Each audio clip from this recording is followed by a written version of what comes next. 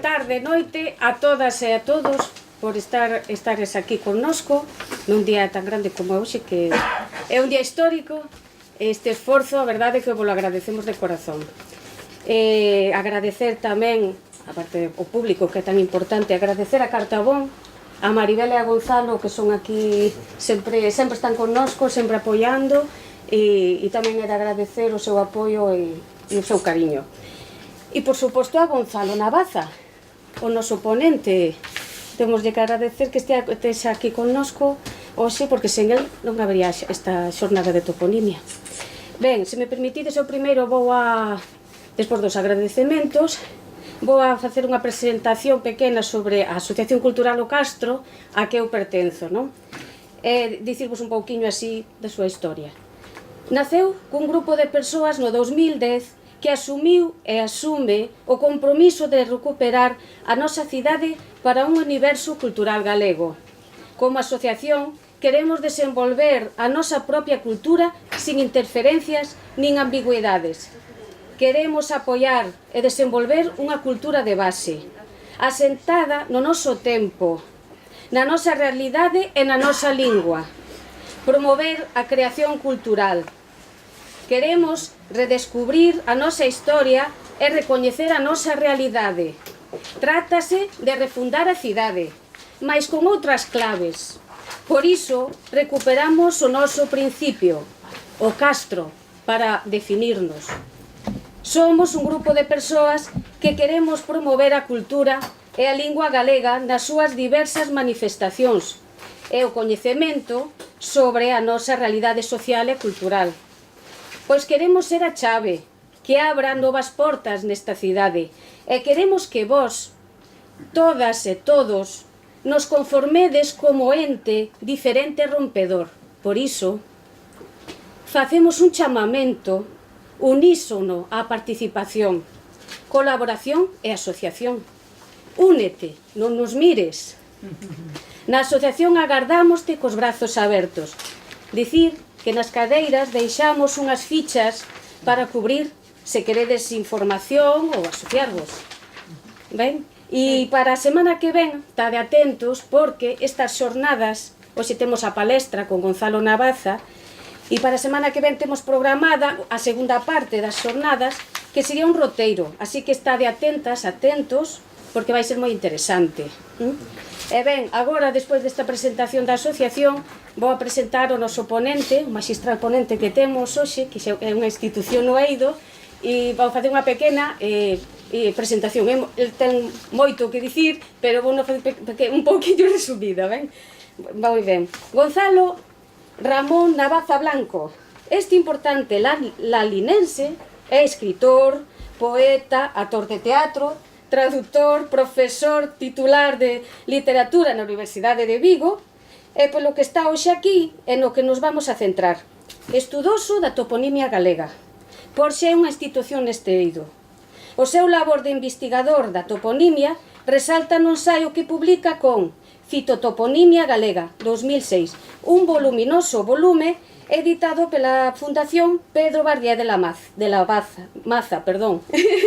e onde analiza os topónimos do sueste galego procedentes de nomes de plantas. Anteriormente, Reboreda, Os Camiños da Identidade, no 2000, e Toponimia de Catoira, no 2007. Neste campo de traballo tamén desenvolve a súa actividade na Asociación Galega de Onomástica, onde xa colaborou na organización de 2 congresos internacionais. E, ademais, na Comisión de Toponimia da Galiza para fixar as formas escritas dos topónimos galegos. No ano 2012, incorporouse á Real Academia Galega como académico correspondente. Con Gonzalo Navaza, hoxe aquí, temos a sorte de contar con a súa palabra para enriquecernos en nomes, nos nomes de Vigo. Moitas grazas e que disfrutedes con Gonzalo Navaza.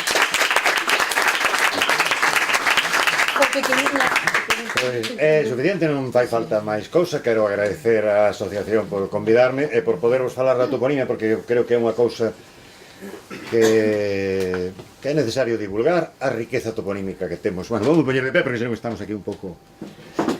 Sempre que teño que falar da toponimia comezo dicindo unhas cousas acerca do valor patrimonial da toponimia, que é unha cousa que calquera entende, pero non sempre é fácil de asumilo na vida diaria, porque con frecuencia as autoridades locais dedícanse a intervir na toponimia cada vez que se abre unha nova vía, unha nova estrada, unha nova praza. No primeiro que pensan as autoridades municipais é a ver como se bautiza ese sitio, como se fosen sitios sen historia, cando todos os lugares teñen nome, moitas veces teñen un nome de centos de anos ou de miles de anos, e por primeira vez agora, porque vexo aquí xente que ten interese na toponimia, que temos defendido topónimos a mellor que estaban a punto de ser sepultados por unha decisión administrativa. Bueno, comento brevemente antes unha cousa da cuestión administrativa. As competencias en materia de núcleos de poboación, é dicir, quen decide como é a forma correcta dos nomes dos núcleos de poboación, correspóndelle á Xunta de Galicia. Foi unha sorte, non se sabe moi ben por qué, cando houbo reparto de competencias, non se sabe moi ben por que se lle atribuiu ao goberno galego e non aos concellos como sucede en outros lugares. E non sei se é coñecido, por exemplo, que en Cataluña as competencias de toponimia son municipais, de maneira que hai localidades que teñen o seu topónimo, digamos, normalizado, e hai outras que non, porque depende da opinión das autoridades locais. Aquí, por sorte, os núcleos de poboación foron asignados a competencia da Xunta, e a Xunta delegou nunha comisión de toponimia, que é un organismo consultivo, é dicir, non ten capacidade de decisión, pero elabora informes que van á Xunta, e a Xunta establece a forma correcta dos nomes. Non é a primeira vez que a Xunta non leva adiante un informe, ou é dicir que non sempre hai concordancias. A mellor a xente coñece a forma oficial do Concello da Cañiza, hoxe en día é así, a Cañiza.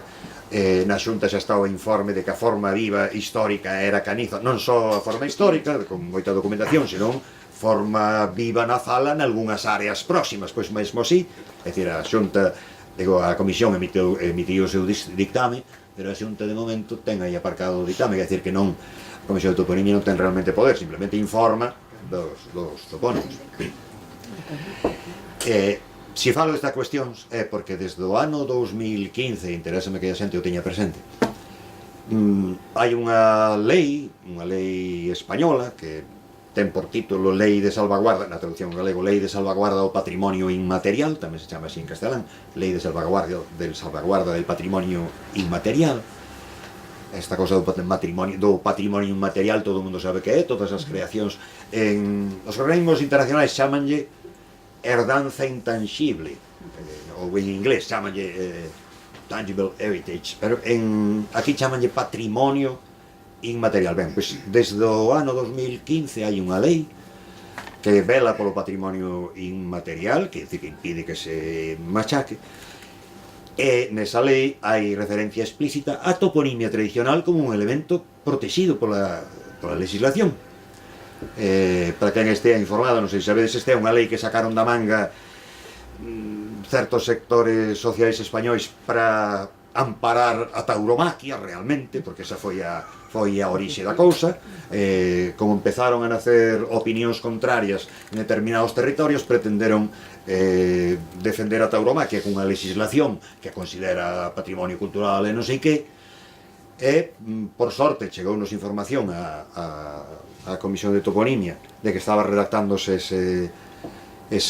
ainda era un proxecto antes de estar a redacción definitiva, e desde a Academia Galega enviáronse unhas suxestións para que modificasen o texto da lei incorporando a toponimia, e ela vai, é dicir, que de maneira que agarrados a un touro, por decirlo así, conseguimos que, de maneira que este tipo de cousas populares, como a defensa do topónimo tradicional para a praza que se vai construir no lugar do Pirulí, non basta con dicir tiña un nome tal. Agora hai unha lei que ampara, de maneira que quen conculca esa lei, pois en principio hai que facerlo saber que está delinquindo ou polo menos atentando contra o patrimonio tradicional. Bueno, imos falar da toponimia de Vigo, porque é o que viñe falar.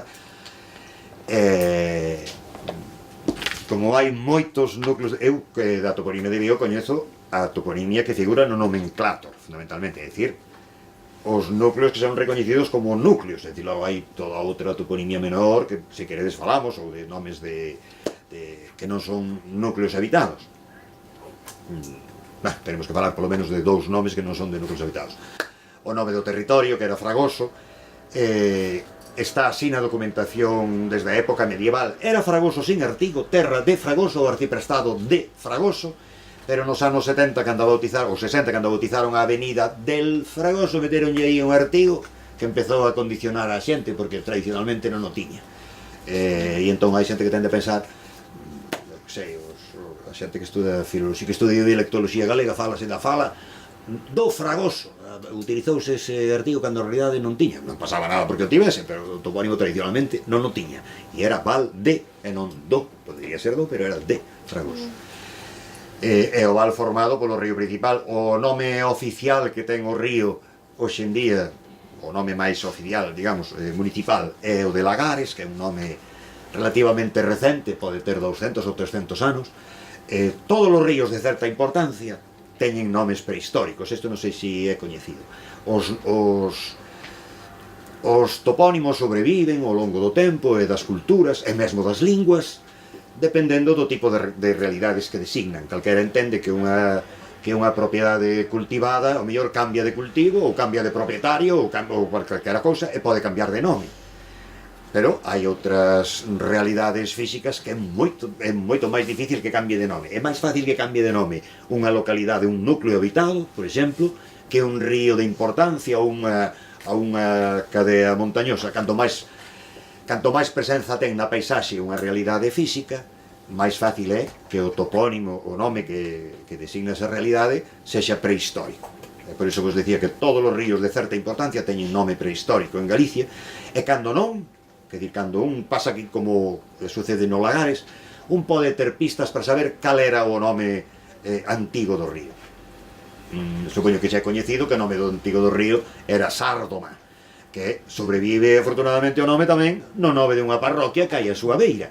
Se non soubésemos que o nome do río era Sárdoma, ou se non sobrevivise ata hoxe no nome dunha parroquia, poderíamos sabelo porque no seu curso alto, en Cabral, ten un afluente, é unha área dun afluente que se chama Sardomela. Este é un procedimento moi habitual dos nomes dos ríos, que no seu curso alto, ou ben os seus afluentes, teñan un nome que é un diminutivo do nome do río principal. Eu que son de Lalín, o río da comarca é o Deza, tiña un afluente que se chamaba Dezón na antigüidade, que deu hoxe nome ao concello de Dozón. E o río ese que na antigüidade se chamaba Dezón, a pesar de que ten esa terminación on, é un diminutivo de Deza. Ás veces estas terminacións, hai topónimos por aí, hai Bouza e Bouzón. Pois Bouzón é un diminutivo, curiosamente, aínda que nos pareza que on é un aumentativo, que ven de Bautiolo, bueno, non sei.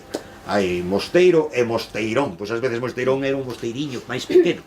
Non interpretedes o on como un aumentativo. Pois ben, igual que hai o Deza e o Dezón, hai o Avia e o Avión. O nome do concello de Avión venlle do río que é un afluente do Avia. E para que teñades estes que teñen o sufixo on, que é un diminutivo, logo hai estes outros ela. E hai outro ben coñecido que curiosamente tamén ten a raíz Sar. Sar significa río. Como o río Sar, está a Europa chea de ríos que teñen esa raíz Sar. En Francia hai moitos, en outros lugares, bueno, cosas por estilo. É unha palabra indoeuropea que significa río, máis ben río de aguas turbias ou de aguas que levan depósito, porque os ríos máis transparentes teñen outros nomes.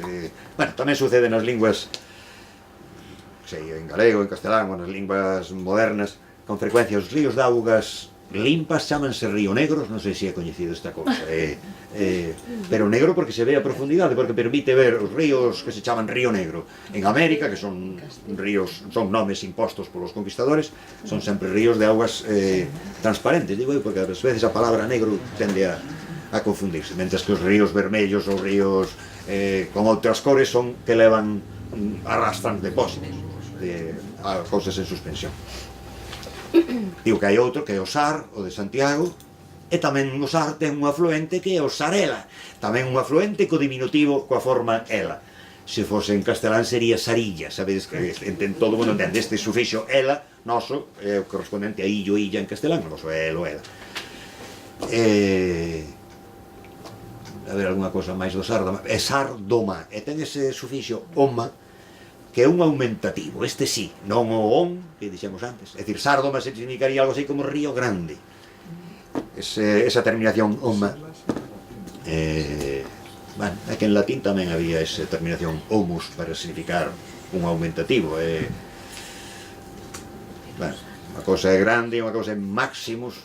Maximus antigamente era maximus, en tempos moi remotos no latín. Pois a terminación ven sendo a mesma de oma, río grande, seguramente porque era o río máis grande do vecindario.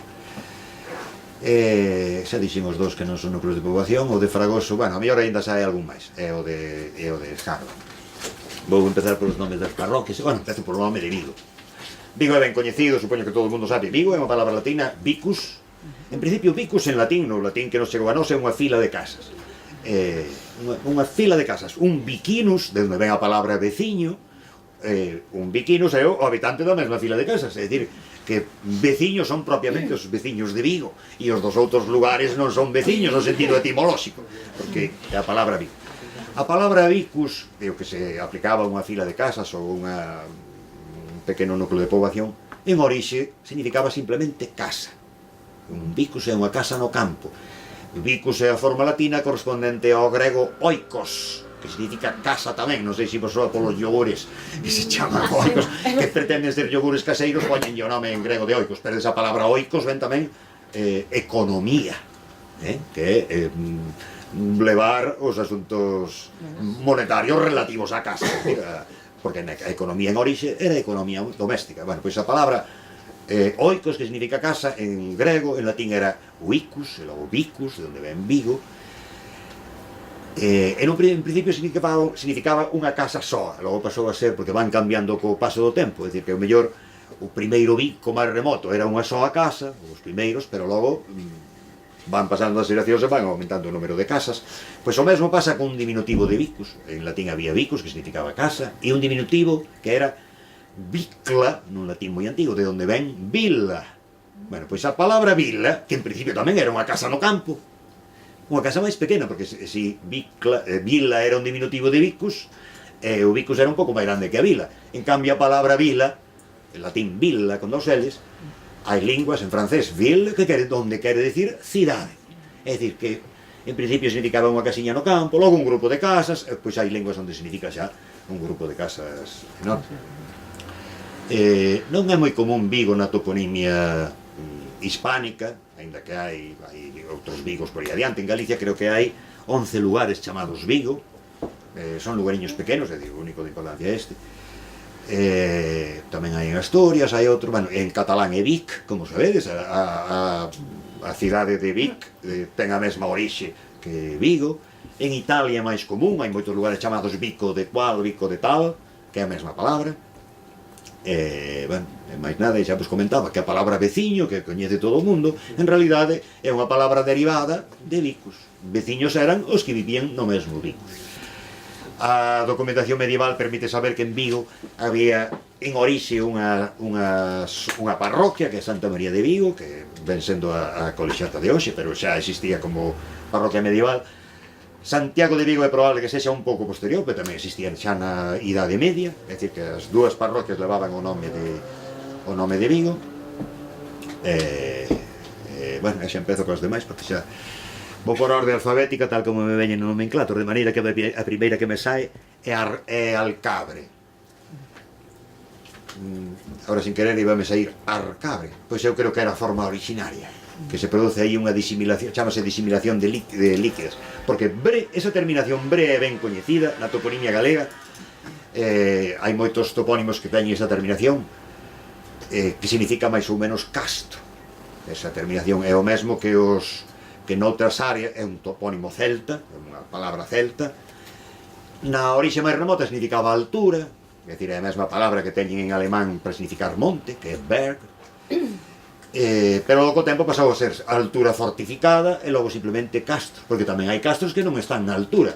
Un exemplo sería o de Alcabre, hai outros ben coñecidos, o Castro de Baroña, non sei se coñecedes, que está na praia, é dicir que non tende a pensarse nun castro sempre nun alto, pero non ten por que ser. Pois esa terminación bre, mesmo aqueles que eran máis contrarios, agora non sei se sabedes, volve a estar de moda o celtismo prehistórico de Galicia, estar de moda ou máis ben. Agora que hai nova información, as dúbidas que había, ou máis ben as negativas acerca da condición céltica dos habitantes da prehistoria de Galicia, hoxe cada vez é menos dubidoso. Entre outras razóns, porque unha ciencia que non contaban nin os lingüistas, nin os prehistoriadores, nin os arqueólogos, que é a xenética de poboacións, está dándonos información que leva a pensar desde cando están os, ou máis ben, ainda é, se pode facer a pregunta ao revés. Na tradición viñase pensando que os povos celtas son os indoeuropeos que chegaron ás costas atlánticas no segundo milenio antes de Cristo, entre o 1600 ou 1800, e logo unha segunda onda no primeiro milenio, que serían os celtas propiamente ditos. Esta era a visión tradicional que se mantiña ata aí, pois ata o ano 1996, que foi cando publican en Italia Mario Alinei o primeiro volume de dous tomos titulados Historia delle lingue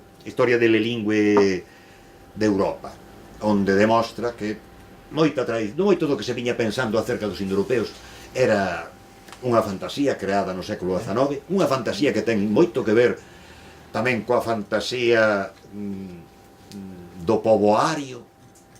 Bueno, como temos tempo, vou me entreter nesto, e logo vou expor, pero isto ten o seu interese porque é unha cosa que ten que ver coa nosa condición de herdeiros dos... porque isto, o primeiro que chama a atención quen se dedica a traballar na toponimia, nas poboacións, é que a xente tende a vivir onde viviron os seus antepasados desde tempo moito máis recuado do que se viña pensando, moitísimo máis. Os desplazamentos de poboación, que sempre os houbo, máis importantes son dos últimos séculos. Antes do século XVIII a xente movíase, aínda hoxe, se alguén ten curiosidade, hai unha aplicación en internet que é unha cartografía dos apelidos galegos, unha cousa que temos no Instituto da Lingua, non sei, escríbese un apelido e dá a distribución xeográfica do apelido en Galicia. Como hai apelidos toponímicos que proceden de un topónimo, e ás veces un topónimo é único, é dicir, quen ten o apelido Timiraos pode ter certeza de que os seus antepasados veñen da aldea chamada, porque non hai outro lugar chamado Timiraos, xa non digo en Galicia, no mundo non hai, de maneira que quen ten ese apelido pode ter, eu que sei, igual que pasa cos cameselles e os comesañas e os apelidos eses típicamente vigueses, cidades con alguén chamado Abalde en Katmandú, ou alguén chamado comesaña, por moita pinta de oriental que teña, podedes ter a certeza de que son originarios de Vigo, porque non hai outra orixe posible, proceden de un topónimo único, é dicir, non hai outro topónimo. Pois ben, cando examinamos os apelidos que proceden de un topónimo único, o sorprendente é que a xente ainda tende a estar nos arredores do topónimo que produce o apelido. A maior parte da xente, claro que hai outra xente. As cidades é mellor descontalas, as cidades son foco de atracción migratoria, entón, cando estudamos a distribución xeográfica dos apelidos, evítanse as cidades, primeiro, porque non son indicativas de... Entón, iso o que provoca é que os apelidos típicos dunha cidade a mellor poidan pasar inadvertidos, estes que comentei, é dicir, hai que coñecer a onomástica local para poderos identificar, porque en medio de toda... Bueno, pois comentábamos isto porque viñase pensando que os celtas eran unha rama dos povos indoeuropeos e que chegaron, pois pensábase que chegaron en época moi recente, primeiro porque a Biblia estableceu unha cronoloxía da antigüidade do mundo que mesmo por científicos do século XIX que non tiñan presente a Biblia para falar da idade do planeta, de maneira inconsciente estaban pesando aí esas cronoloxías. Non sei se coñecedes que hai estudiosos do... Bueno, hai un matemático galego do século XIX que se dedica a estudar a cuestión da antigüidade do mundo pola Biblia, facendo, bueno, el facendo un pouco burla da xente que utilizaba a Biblia como fonte científica para ver que antigüidade tiña o mundo. Entón, el empeza a facer cálculos, sumando os anos que viviron esta xente de tipo Matusalén e tal. Bueno, e chega a conclusión, bueno, é medio de bromas, é un razoamento que el ten nunha carta con outro colega, e coméntalle, esteu mirando lo de las fechas de la Biblia e non sei que, no se llega a ninguna conclusión, es todo bastante irracional. E logo pon, bueno, sí, se llega a una. De que se murió Matusalén? E dice, facendo os cálculos, pois morreu de que o neto non o quixo meter no barco, porque se se calcula, resulta que polos anos que viviu Matusalén chegou hasta o tempo de Noé, e se morreu, pois entón é que non o meteu no barco. Bueno, pois comento estas cousas porque as datas da Biblia, a cronoloxía que ofrecía a Biblia acerca da prehistoria condicionou moito a opinión que a humanidade tiña da prehistoria. E mesmo cando xa deixou de lado a cuestión bíblica, seguiron pesando esas datas. Bueno, entón, cando no século XIX, ou máis ben, a finais do XVIII, os funcionarios do Imperio Británico descobren na India que os textos litúrxicos dos hindús están escritos nunha lingua, o sánscrito, están escritos nunha lingua que ten o sistema da conxugación parece grego antigo, moitas palabras parecense ao xermánico antigo, os casos parecen os do latín, ten tantas semellanzas unha lingua a miles de kilómetros coas linguas clásicas que eles coñecían de Europa, que a xente quedou coa boca aberta, non entendían nada. É dicir, durante os 30 primeiros anos foi todo unha sorpresa con sánscrito, e volveron a estar de moda aqueles que pensaban que a lingua originaria do planeta era a lingua que Deus lle deu a Adán e Eva no paraíso, e que tiñan esa agarradeira. Por que se fala parecido a tantos kilómetros alá na India e aquí? Pois seguramente porque eran descendentes daquela lingua originaria do paraíso. É dicir, esa era unha interpretación inicial que se lle fixo. Pero como empezou a haber información da prehistoria de Europa, entón imaginaron que existía un pobo conquistador na prehistoria. Tiñan o modelo do latín. O modelo do latín é unha cousa moi rara. É dicir, o feito de que coñezamos o que estamos falando nós agora é latín deformado, supoño que o tedes presente. O feito de que se coñezan as diferentes linguas procedentes do latín e tamén a lingua nai, iso é unha cousa excepcional. Non se coñece no resto do planeta. Diferentes linguas que están emparentadas sí que se coñecen, pero a lingua que xerou o seu parentesco non. Entón o latín permitiu a aparición dunha nova ciencia da historia das linguas, como van evolucionando, como se van. Pero tamén ese modelo do latín, desde o latín as linguas románicas, funcionou como modelo para calquera outra situación de linguas semellantes. Entón, cando perciben que o alemán, o inglés, o grego antigo e o grego moderno, e o latín, as linguas derivadas do latín, e as linguas eslavas e o ruso, todas as linguas de Europa teñen semellanzas entre elas, teñen palabras común, pois o que pensaron é que procedían todas dunha lingua común, igual que pasou co latín e as derivadas do latín, pois en tempos remotísimos tamén houve un pobo e tiveron que imaginar algo parecido ao Imperio Romano. Se o Imperio Romano estendeu en tanto territorio pola forza das armas unha única lingua, entón tiveron que imaginar un pobo no pasado que tamén pola forza. Primeiro, por que pola forza das armas? Porque era o único modelo que tiñan eles e imaginaban, é dicir, expándense as linguas a base de conquistas. Cando en realidade agora, por exemplo, a teoría de Alineia é como se estenderon, como chegaron aquí os indoeuropeos coa expansión do Homo sapiens sapiens. É dicir, é a xente que vai ocupando o planeta, non as conquistas. Pero necesitaban imaginar un pobo conquistador porque tiñan o modelo dos romanos para as linguas. Ben, pois ese pobo conquistador que imaginaban na prehistoria, aderezado con outras cuestións ideolóxicas, deu orixe a toda a ideoloxía da raza aria e do nazismo e da superioridade blanca e todo iso. Imaginaban os arios, o nome de ario é un nome inventado, serían os indoeuropeos, eses conquistadores. Nun primeiro momento pensaban onde tiñan a súa orixe. Os alemáns pensaban que a orixe estaba en territorio xermánico, dai que se expandiran aos outros lugares. Despois outras teorías foron nos situando noutros lados, a arqueoloxía foi modificando. A última versión, antes de que chegaran as novas teorías, era que estaban nas estepas do sur de Rusia, bueno, no sur da antiga Unión Soviética, por aí ese sería o foco originario dos indoeuropeos.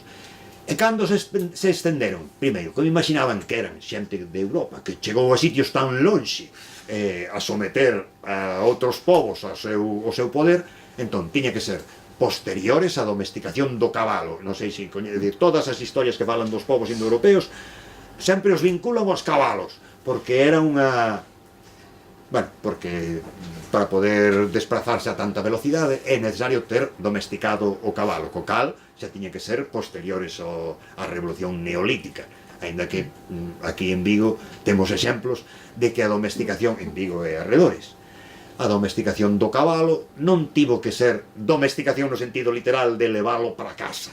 O cabalo pode estar sometido á propiedade humana e continuar vivindo no monte.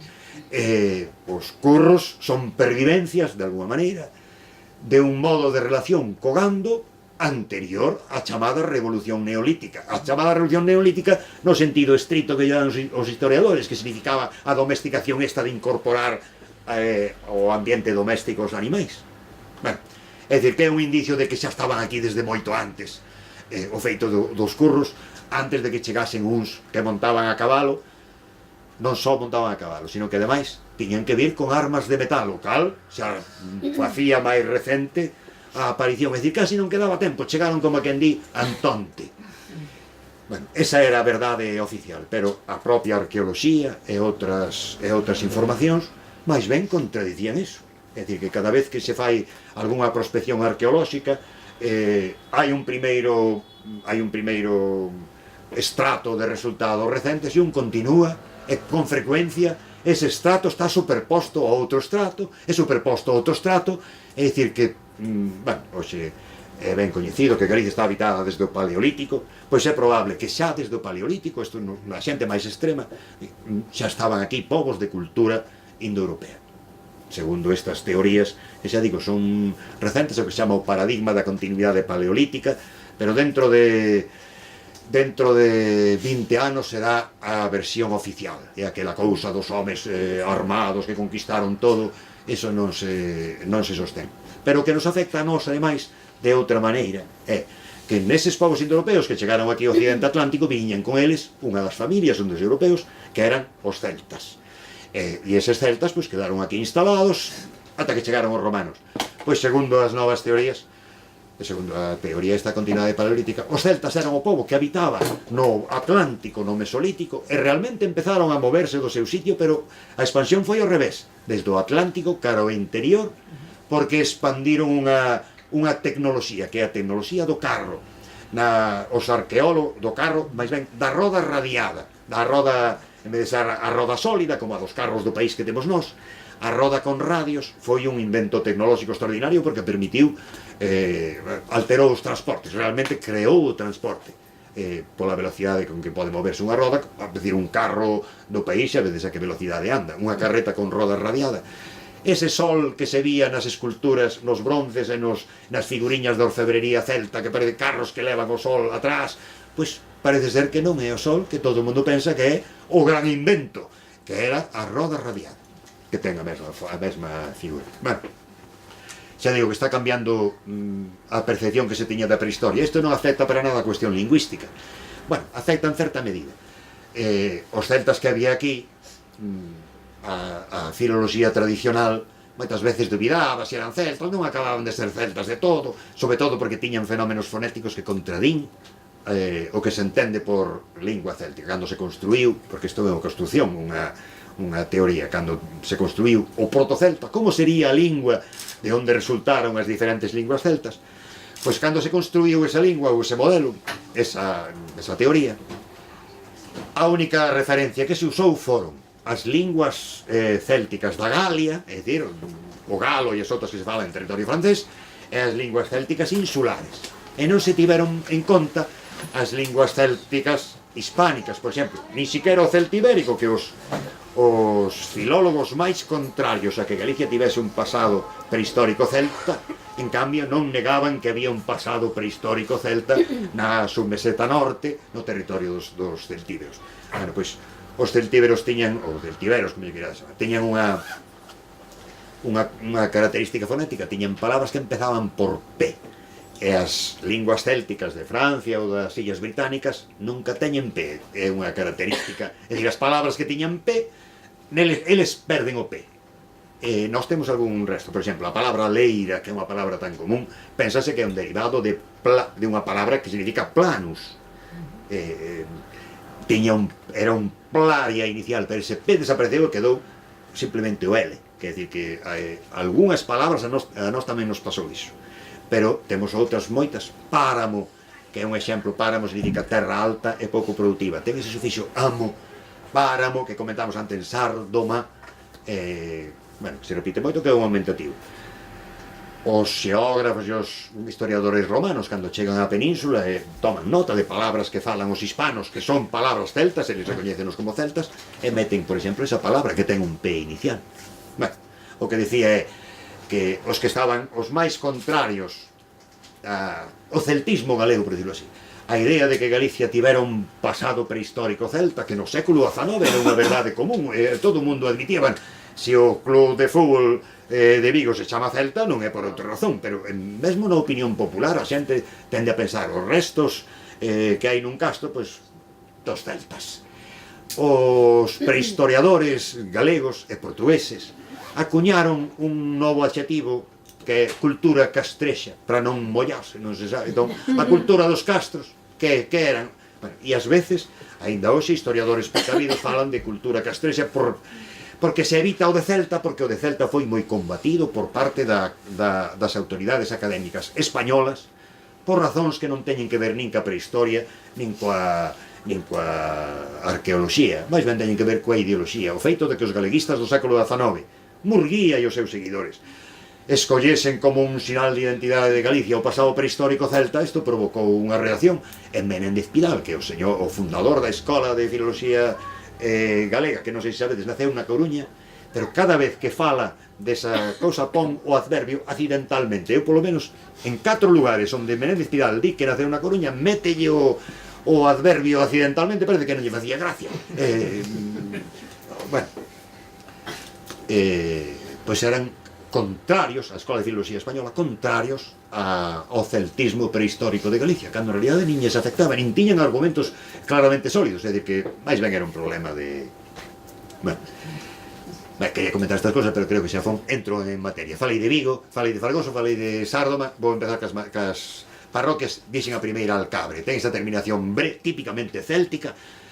Normalmente o primeiro elemento dos topónimos celtas que ninguén discute, porque desviéime polo dos celtas aquí, mesmo os máis contrarios á existencia de un substrato celta na toponimia galega, recoñecían que eses topónimos tipo Sillobre, Barallobre, Canzobre, Alcabre ten de anómalo que a vocal previa ao sufixo é a, cando nas outras é sempre o. Bueno, o máis famoso, non sei se o máis famoso, pero é significativo o Monte Castrobe de Pontevedra, que era Castobre, é dicir, estes cagaban en ove, en tempos era un obre, e o R foille para atrás.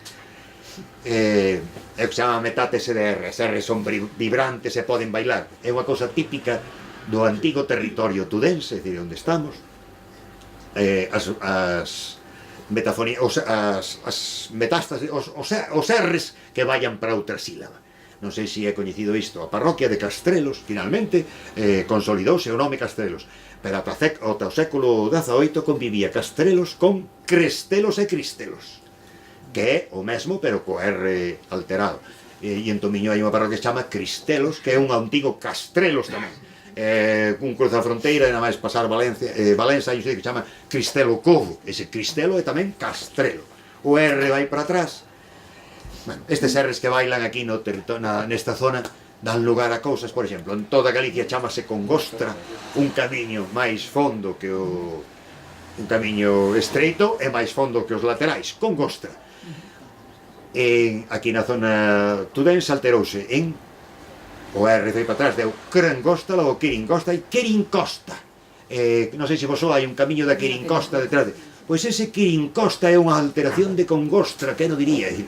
Pois... bueno, porque o R vai para atrás e o G de Congo, non sei se sabedes, nos territorios onde hai geada, o G despois de N tende a facerse K. Entón, onde din el ojo, din dominco e manqueira. Non, todos os que digan, todo dice, é unha manca, vai unha manca, ou é dicir, eu vivo en Gondomar, e ali o domingo é o domingo, non é outra cousa. De toda a vida. Bueno, pero é un fenómeno, iso ten que ver coa geada. Agora sí que se me perdín porque me metí nesto. Pero de Quirincosta e os R's que vayan. Bueno, comentei o de Cristelos porque o Cristelos de Tomiño dá orixe a un xentilicio que é cristeleiro. Hai esas famosas rosquillas cristaleiro que parece que é alguén que fabrica cristais, pero cristeleiros eran en orixe os veciños de Cristelos. Alterouse en cristaleiro porque é fácil confundirlo con cristal. Que é bueno, dixen Alcabre, Siebre significa castro ou población, que é o Alca inicial, eu creo que é unha alteración de Arca. E Arca é o nome tradicional para construción. Os monumentos megalíticos, construción prehistórica. Moitos monumentos megalíticos en Galicia chámanse Arca. Arca de non sei que, Arcas dos Mouros. Arca é un dos nomes tradicionais para unha mámoa. Mais ben, para o dolmen que hai dentro da mámoa. Bueno, vou seguindo porque senón ainda estou co primeiro. Pero bueno, Alcabre eu creo que é un topónimo moi antigo, é dicir, é prehistórico. E o significa... porque ademais a advocación é Santa Baia. É unha das santas da primeira cristianización. Santa Baia, que é Santa Eulalia Emeritense, é unha santa de Mérida, da Extremadura española, e o seu culto difundiuse xa no cristianismo, de maneira que cando unha parroquia ten por advocación Santa Baia, un pode ter a certeza de que xa foi, de que era parroquia en tempos moi antigos, seguramente ao final do Imperio Romano, xa, é dicir, nos inicios da cristianización. Hai algúns santos que son típicos dos inicios da cristianización, e algúns son santos hispánicos. Un é Santa Baia, que era de Mérida, e outro é San Fiz, que era de Girona. San Feliu, que aquí deu San Fiz, en castelán San Félix. Aquí San Fiz ou San Fins, nas zonas de Seseu. A Igrexa no século... a Igrexa española no século XVII, despois do Concilio de Trento, dedicouse a reorganizar os santos, e non o soubo que santo era ese Fiz, non o asociou, non o soubo identificar, e puxolle Pedro Fiz, porque había un santo chamado Pedro. E logo co tempo alterouse ese Pedro Fiz, cando xa sabían o que era, en Pedro Félix. As parroquias que teñen por advocación un tal Pedro Félix tiñan o San Fiz, e acabouselles alterando. Pasa así con algúns santos, por exemplo, San Amaro, que é un santo tradicional vinculado á morte, é un santo tradicional dos cemiterios. A Igrexa, despois do Concilio de Trento, non sabía que santo era ese Amaro, a Igrexa española, porque en Portugal Amaro continuou sendo un santo normal sin problema, pero a Igrexa española non sabía quen era este Amaro, e colleu e identificouno con Mauro. Entón, non sei se alguén de vos, eu aínda non hai moito, foi a unha procesión en Barcia de Mera, que celebran o San Amaro, e levaban, diante iba un santo vestido de romano, que debe ser o auténtico San Amaro, porque era fora un soldado romano, un cristiano do primitivo cristianismo, e detrás outro vestido de bispo, que é San Mauro. Pero como se identificaron, como se fora o mesmo santo, e a min pareceu tan ridícula a situación que lle preguntei ali uns paisanos, pero son dous santos distintos, e dixeron, non, é o mesmo. Primeiro era soldado e logo fixose bispo, e dicir, fixeronlle retrato en diferentes épocas. Pois pasou esa cosa. O cemiterio da Coruña é San Amaro, o cemiterio de Pontevedra, en Pontevedra conviven San Amaro e San Mauro, dependendo que no chame. San Mauro é o nome espurio que chegou despois, Amaro era o tradicional. Isto contén, polo de Fiz, que non... Bueno, despois de... Sigo co de Alcabre, porque ainda estamos en Alcabre. Se queredes saber é que dentro de cada parroquia hai topónimos interesantes, pero bueno, falamos primeiro das parroquias e logo... Bueno, despois de Alcabre ven Beade ven un nome persoal, Beatus. Como é un nome que non se utilizaba moito, Beato quere decir un beato, todo mundo sabe, Beato quere decir un coitado, non?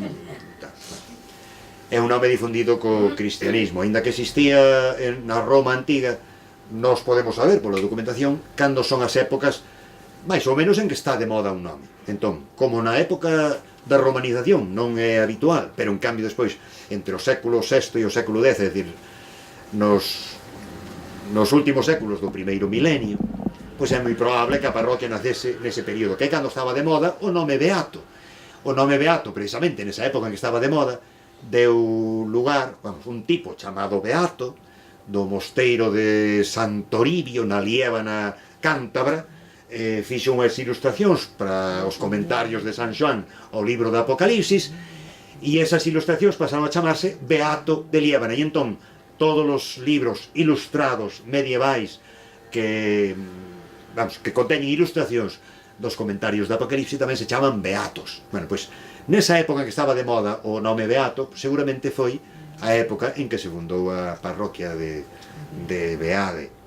Beade ten, antes que cometei o de Santa Valla,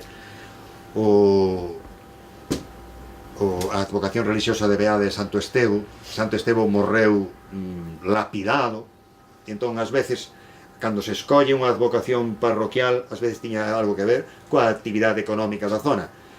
É probable que sexa Santo Estevo o seu santo, porque era unha zona de canteiras.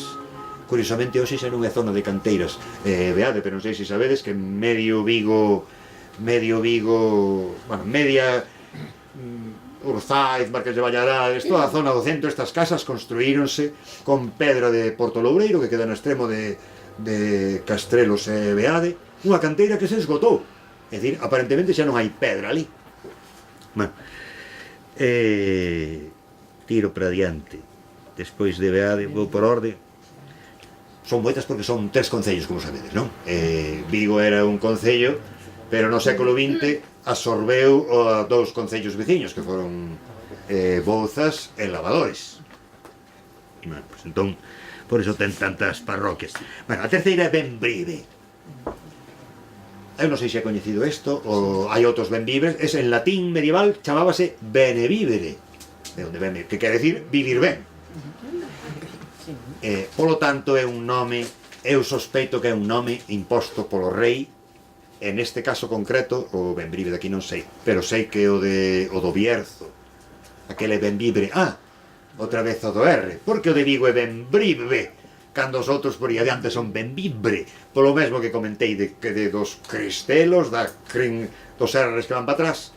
Bueno, pois, porque falei dos R's que van para atrás a propósito de Castrove, foiseme o santo, volvo a él, porque Castrove, dixen que esa terminación bre significa Castro. Entón, que pasa con Castrobre? É Castro. Esta é unha cousa que sucede con moita frecuencia. Normalmente, cando se aplica un nome a un lugar, cando nace un topónimo, todo o mundo entendía a palabra, é dicir, era unha palabra transparente para toda a xente. Porque senón non ten sentido que lle poñan unha palabra que non se entende. Como lle vos chamar eso? Lle vos chamar Fluc, iso que, vamos, dáselle un nome que en principio, bueno, pode ser que escollan nomes raros, porque se ven ao caso comentámoslo. Pero co tempo as palabras volvense opacas. Entón eu sempre, os filólogos, cando falan da toponimia, sempre mencionan o nome dun río da Hispania antiga, dos romanos. Había 2 ríos importantes na Bética, o Betis, que é o que dá nome á Bética, que é o Guadalquivir, e outro era o río Ana ou Anas, que é hoxe o Guadiana. Anas é unha palabra que significa río. Co tempo a palabra Ana volveuse opaca, e a xente, porque nós tamén temos o Anaris, que dá hoxe nome a ría de Ares, era Anaris, tamén con... A ver, nós temos o río Tambre na documentación antiga, pode aparecer como Támara ou como Tamaris. Ten esas terminacións, pois igual pasa con este. O río Ana, nós temos un Anaris, que é o de Ares.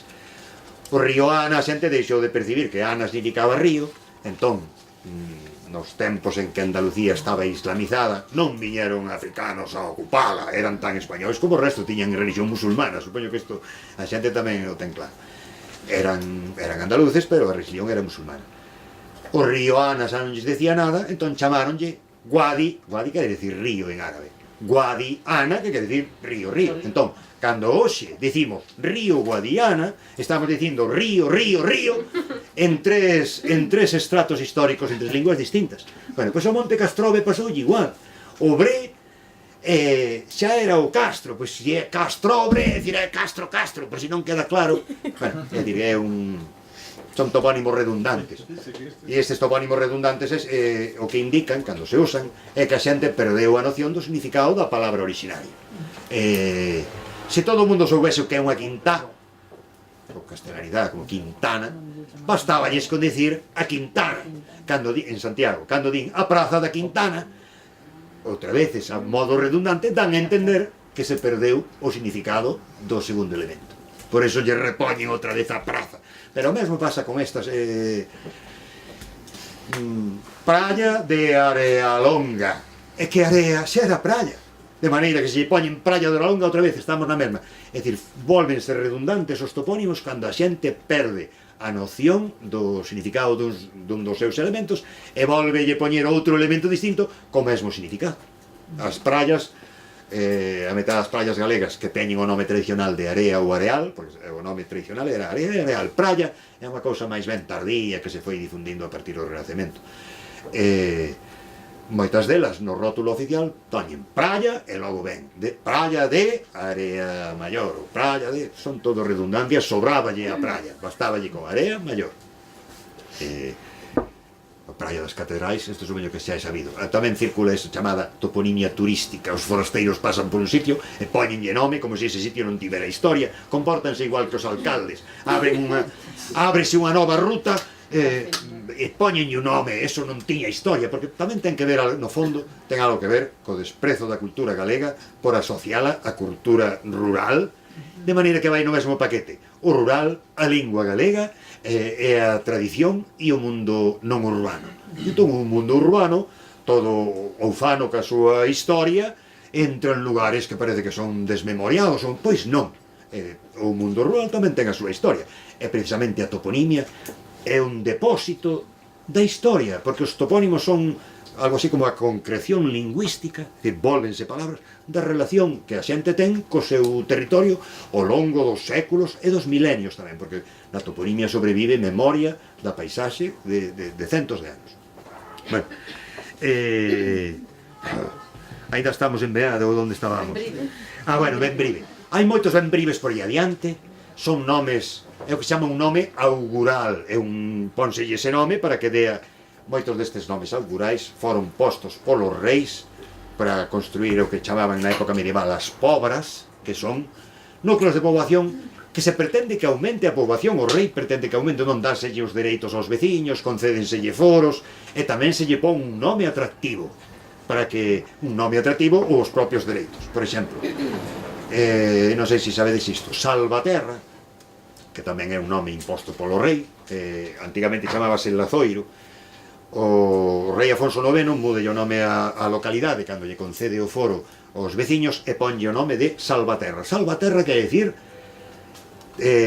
terra de asilo. Xente perseguida pola xustiza noutros territorios podía acollerse ali. É dicir, son modos de potenciar que medre a poboación dos... as cidades importantes de Galicia, moitas delas, ou as cidades, as vilas de certa importancia, foron favorecidas polos reis medievais e por iso hoxe son sitios grandes. E curiosamente, de paso que as favoreceron, a moitas delas puxeronlle o nome os reis. Isto antes non era coñecido, pero eu veño investigando neste asunto desde hai uns anos. Bueno, era coñecido que Salvaterra se chamaba Lazoiro, deu o rei e deulle o foro e puxolle un nome novo. Pero tamén lle cambiou o nome a Guarda, antigamente chamábase Tarás, tamén lle cambiou o nome a Bayona, antigamente chamábase Erizana. Todo este é o mesmo rei, Afonso IX. Tamén Alfonso VIII chamado IX. Tamén lle cambiou o nome a unha localidade que se chamaba O Pino e puxolle de nome Monforte. Tamén lle cambiou de nome a unha localidade que se chamaba Robreda e puxolle Viana, do Bolo. Tamén lle cambiou, bueno, a moitos lugares. Tamén lle puxo o nome a Coruña, que se chamaba Faro. Bueno, e agora sí que xa me perdín. Isto viña con todo... ben, pois volvemos ao rei. Bueno, pois Bembrive ten toda a pinta de ser unha fundación rexia, é dicir, real, entre outras cousas porque hai outros Bemvibres dos que sí temos información. O do Bierzo é unha fundación de Afonso VII. É probable que sexa o mesmo rei o que fundou este, pero non temos información, de maneira que a documentación máis antiga que temos deste é do século, creo que é de inicios do XIII. Entón, pois non sabemos, pero vamos, que significa vivir ben. É o que chama un nome augural, igual que cando chamaban Vilanova ou Vilaboa. Hoxe hai tantas Vilaboas que xa nos parece que non teñen nada especial, pero cando lle poñen de nome a un lugar Vilaboa era porque querían atraer poboación, pero só podía atraer poboación os lugares que eran reguengos, é dicir, os que eran de señorío real, non estaban sometidos a un señor. pois foi o rei o que promoveu o nacemento da burguesía, da clase media, por decirlo así. Todos eran servos sometidos ao seu señor, menos nesas pequenas vilas que favorecía a monarquía. Bueno, Bembrive é o único que ten o R fora de sitio, porque os outros son Bembibre. E este é Bembrive porque é típico de aquí, que os R's vayan para atrás.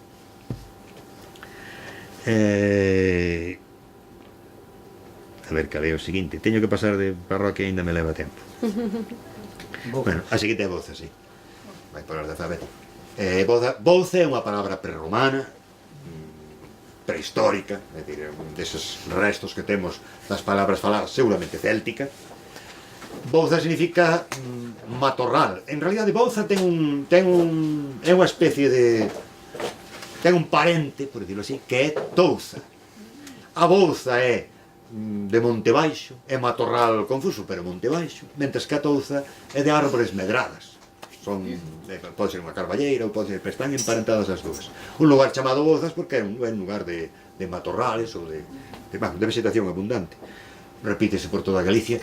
E fora de Galicia, en zonas veciñas de Zamora e mesmo en Salamanca, existe o substantivo boza. Non sei se coñece a xente, e aí lugares chaman boza, non sei que é o noso Bouza.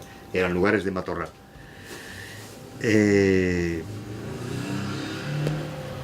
Despois ven Cabral, bueno, unha cosa simpática de Cabral. Bueno, Cabral é un derivado de cabra, todo o mundo non ten demasiado misterio. Pero é probable que sexa a parroquia de Cabral de Vigo a produtora do apelido Cabral que hai no sur de Galicia e tamén no norte de Portugal. É dicir, que é probable que, porque hai unha localidade pequeniña tamén aquí en, non sei se é en Cerveira, pero ten toda a pinta de que os Cabral portugueses son originarios deste Cabral. Bueno, como sabedes que o descubridor do Brasil leva este apelido, de maneira que, bueno, xa decía Sarmiento, esta é unha cosa, un chiste que tiña Sarmiento, decía, todas as casas nobres, o padre Sarmiento, todas as casas nobres portuguesas teñen solar en Galicia. E se non teñen solar en Galicia, entón é que non son nobres, é que non teñen solar, tendrán lunar. Fai un chiste aí, chámalles mouros, tendrán lunar polo tanto. Bueno, pero isto é habitual entre os propios portugueses, tamén, sabedes, non? Os do Porto e os de Lisboa, que se chaman, os de Lisboa chaman galegos, os do Porto para insultalos, os do norte, e os do norte chamanlle mouros os de Lisboa, tamén pola mesma razón, como din, para baixo do Douro, tudo é mouro. E é un refrán dos do norte. Bueno, Cabral derivado de cabra, fai referencia ao que se chama un zootopónimo.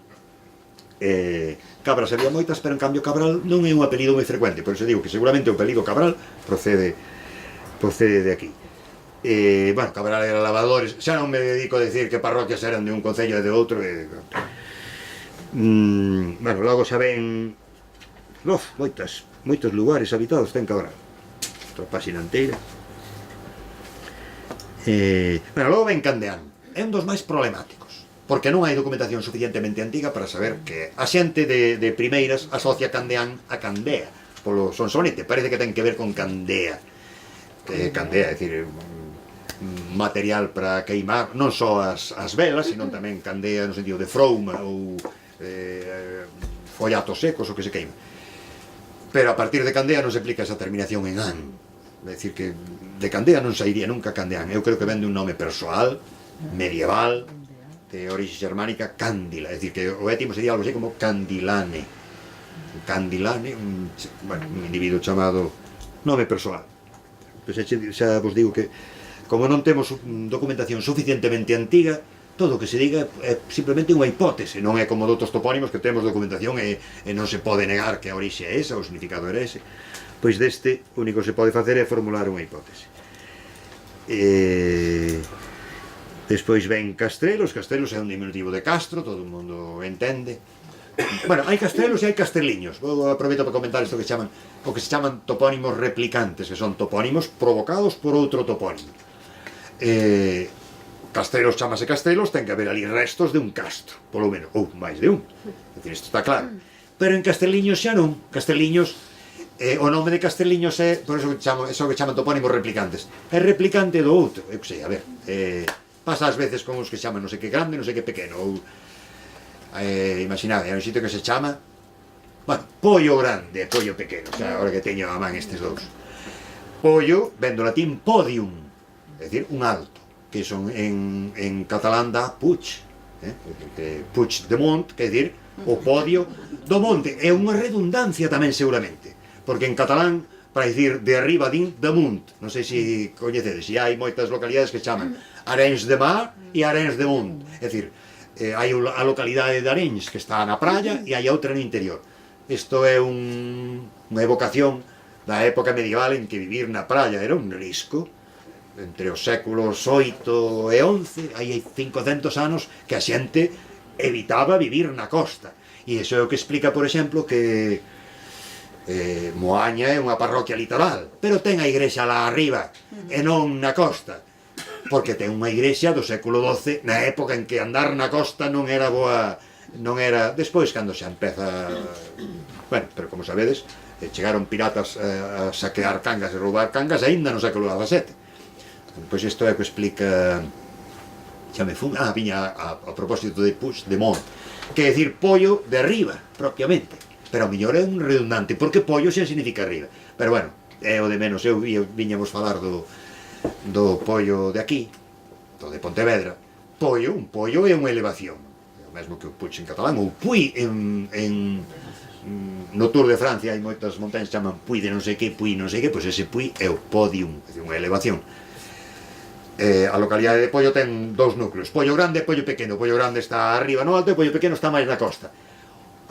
Cal era o originario? Ten que ser o de arriba, porque está nun pollo, se está abaixo, bueno, entón o de abaixo ten o mesmo nome, pero recibe o seu nome por relación ao outro, é que se chaman topónimos replicantes, é dicir, que non, se un sitio se chama Castriño, pois será que hai ali un castro, a menos que sexa replicante de outro sitio, que entón non o hai. Esta cousa das réplicas dos topónimos ás veces dá orixe a cousas moi curiosas. Seguramente a máis famosa de todas é no concello de Vimianzo hai unhas torres, un pazo que lle chaman o Pazo do Allo, e a localidade chamase o Allo, xa desde a época medieval se chamaba o Allo, pero no século XVI naceu unha aldeiña, creouse unha aldeiña ali cerca, como lle chaman? A Cebola. Pois é o que se chama, é un típico chiste, é unha especie de chiste, pero que suceden así.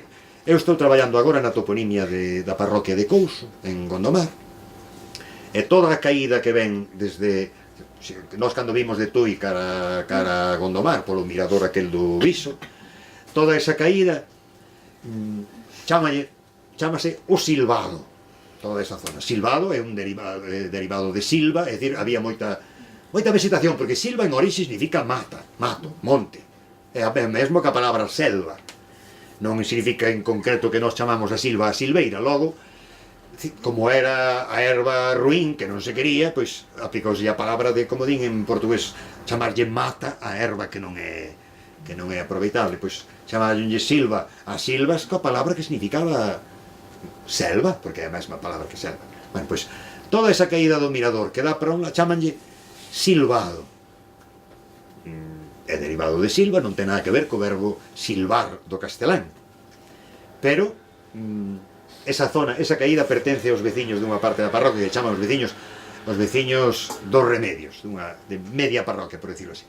Pois a outra caída, tamén desde o mirador cara ao outro lado, que pertence a outra metade da parroquia, puxeronlle de nome a Asubiada, ou se chama esa Asubiada, e hai ali un restaurante que se chama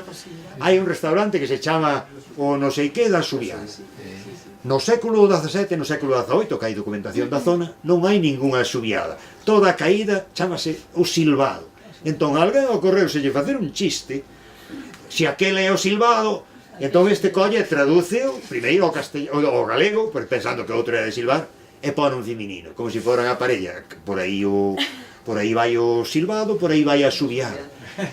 Se non tivésemos a referencia, ou se desaparecese o Asubiado, non se podría saber nunca. Porque ás veces as motivacións, isto que se chama a motivación, que é o que provoca un topónimo, pois ás veces hai topónimos motivados por outro topónimo, e é o que se chaman topónimos replicantes. As motivacións dos nomes propios ás veces son imposibles de chegar a saber, porque lle chaman...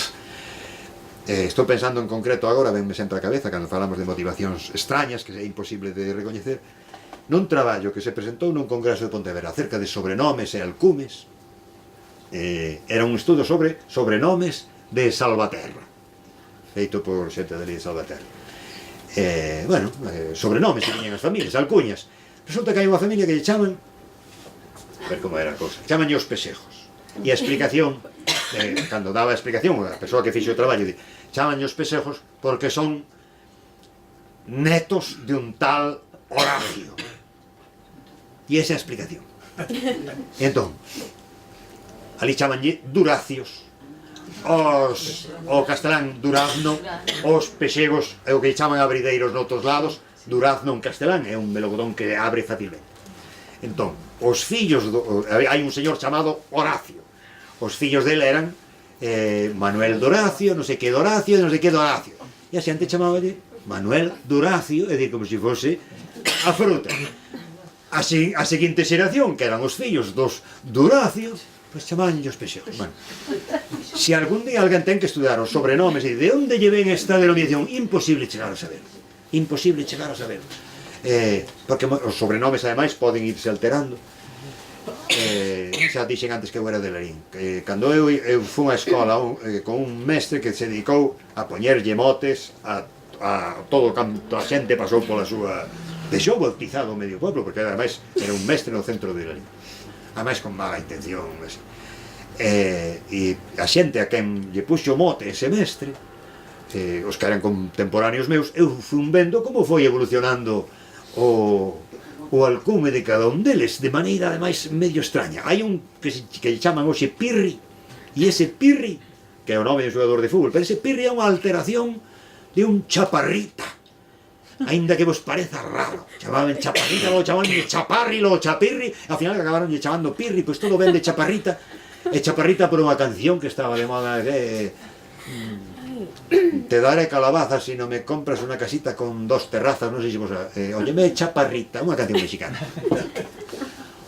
Outro que era un poliomelítico de zapatón destes, antes había máis xente, agora xa non, destes que nacían ca polio, logo tiñan un zapato, bueno, como andaba así por culpa do zapato, o mestre puxolle de sobrenome Pachanga, por amor, un malvado, un malvado, se metía no preso, pero naquela, como deixou boa memoria no pueblo, puxeronlle o seu nome ao grupo escolar de Larín, puxeronlle o nome deste señor.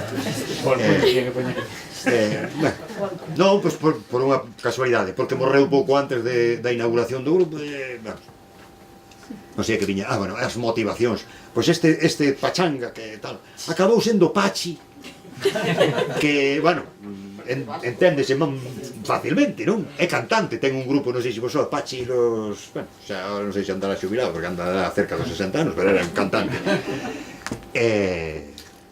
Non sei que viña, o das motivacións. Os topónimos responden a motivacións. O 90% dos topónimos son motivacións que todo o mundo coñece. O fan referencia ás augas, o fan referencia á orografía, o fan referencia a cultos religiosos, ou fan referencia a un propietario que tivo no pasado, ou a flora, ou a fauna, hai 10 ou 12 motivacións posibles. Pero logo hai outros topónimos destes de rarezas que non se sabe como, bueno, ás veces sucede. Ou, por exemplo, nomes que impón o rei, que non responden a ninguna realidade física do sitio, sino que... bueno, estábamos en Castelos, é un diminutivo de Castro. Hai 820 localidades en Galicia chamadas Castro. Pero hai moitos máis castros. Pénsase que hai polo menos 1 ou 2 castros por parroquia. E hai 3.700 parroquias en Galicia. É dicir, os nosos antepasados... e falo dos nosos antepasados. Todo leva a pensar que Galicia estivo moi densamente poboada tamén na prehistoria. Hoxe creo que Galicia é o 6% do conxunto da poboación do Estado español. O 6% nada máis. Chegou a ser o 19%. Na guerra contra os franceses, por exemplo, hai 200 anos, era o territorio máis poboado da península. E seguramente iso ven desde tempos remotísimos. Por que? Porque hai auga en todas partes. Isto é o que condiciona, e ademais é o que condicionou o asentamento da poboación prehistórica. É unha das características da poboación galega, a dispersión da poboación.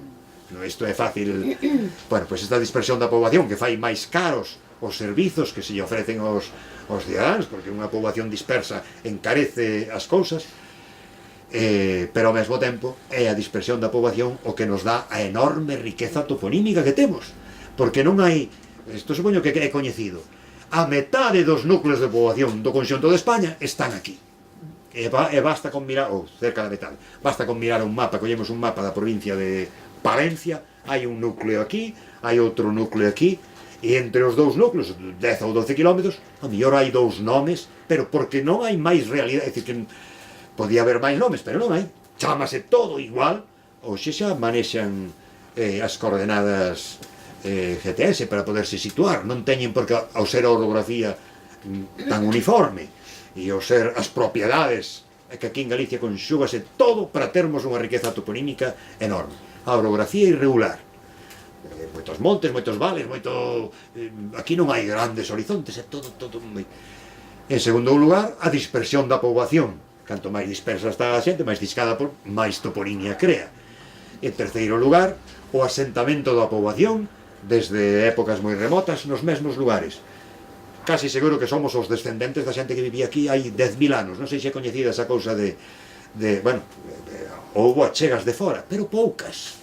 É dicir, viñeron os romanos, viñeron os suevos, viñeron os visigodos. Cantos viñan? Os suevos eran 4 monas. Eran, vamos, puxeron de moda algunha cousa, viñeron, ocuparon o poder, pero como moito serían 20.000 persoas. Eso pode chegar a afectar xenéticamente. Isto agora xa vai habendo mapas xenéticos, somos os continuadores da xente que vivía aquí, pois xa digo, na prehistoria máis remota do que podemos imaginar, pero pasa en moitos sitios de Europa. Non sei se é coñecido que en Escocia apareceu unha turba, un cadáver, non sei se coñece esta cousa, apareceu un cadáver que ao estar nesa especie de carbón en pó que é a turba, estaba incorrupto e tiña non sei cantos miles de anos de antigüidade. Fanlle un exame de ADN e resulta que é parente directísimo, así decía a noticia, parente directísimo de xente que vive ali na localidade, e que a mellor era o antepasado directo do que tiña a taberna desa localidade en Escocia, porque ademais supoño que sabedes que hai un sistema, bueno, a xenética nos últimos anos está alterando non únicamente a propia xenética, sino tamén afectando a outras ciencias, mesmo a ciencias históricas que non teñen que ver. Bueno, pois hai un sistema de análise xenético, o chamado ADN mitocondrial, que permite computar o número de xeracións entre dúas persoas ata chegar a un antepasado común. É dicir, poden analizarme a min e a outra persoa e mediante o ADN mitocondrial sábese cantas xeracións para atrás ou cantas nais, porque vai pola liña feminina, e iso é o que permite, é dicir, pódense computar nais, por iso sempre se dice, sempre vai a liña feminina. Por iso cando se fala da orixe do Homo sapiens sapiens, falábase da Eva africana, porque non se di o Adán e Eva africana, porque do que temos garantía é das xeracións que veñen pola liña feminina. Bueno, pois Eva africana, non Eva negra como ás veces dicía a prensa naquel momento. A pigmentación dos africanos foi moi posterior á saída do Homo sapiens do planeta. Foron cambios climáticos posteriores os que provocaron a pigmentación da pele, é dicir, que en orixe eran brancos como os demais. Bueno, sigo cos topónimos de Vigo porque senón non acabamos nunca.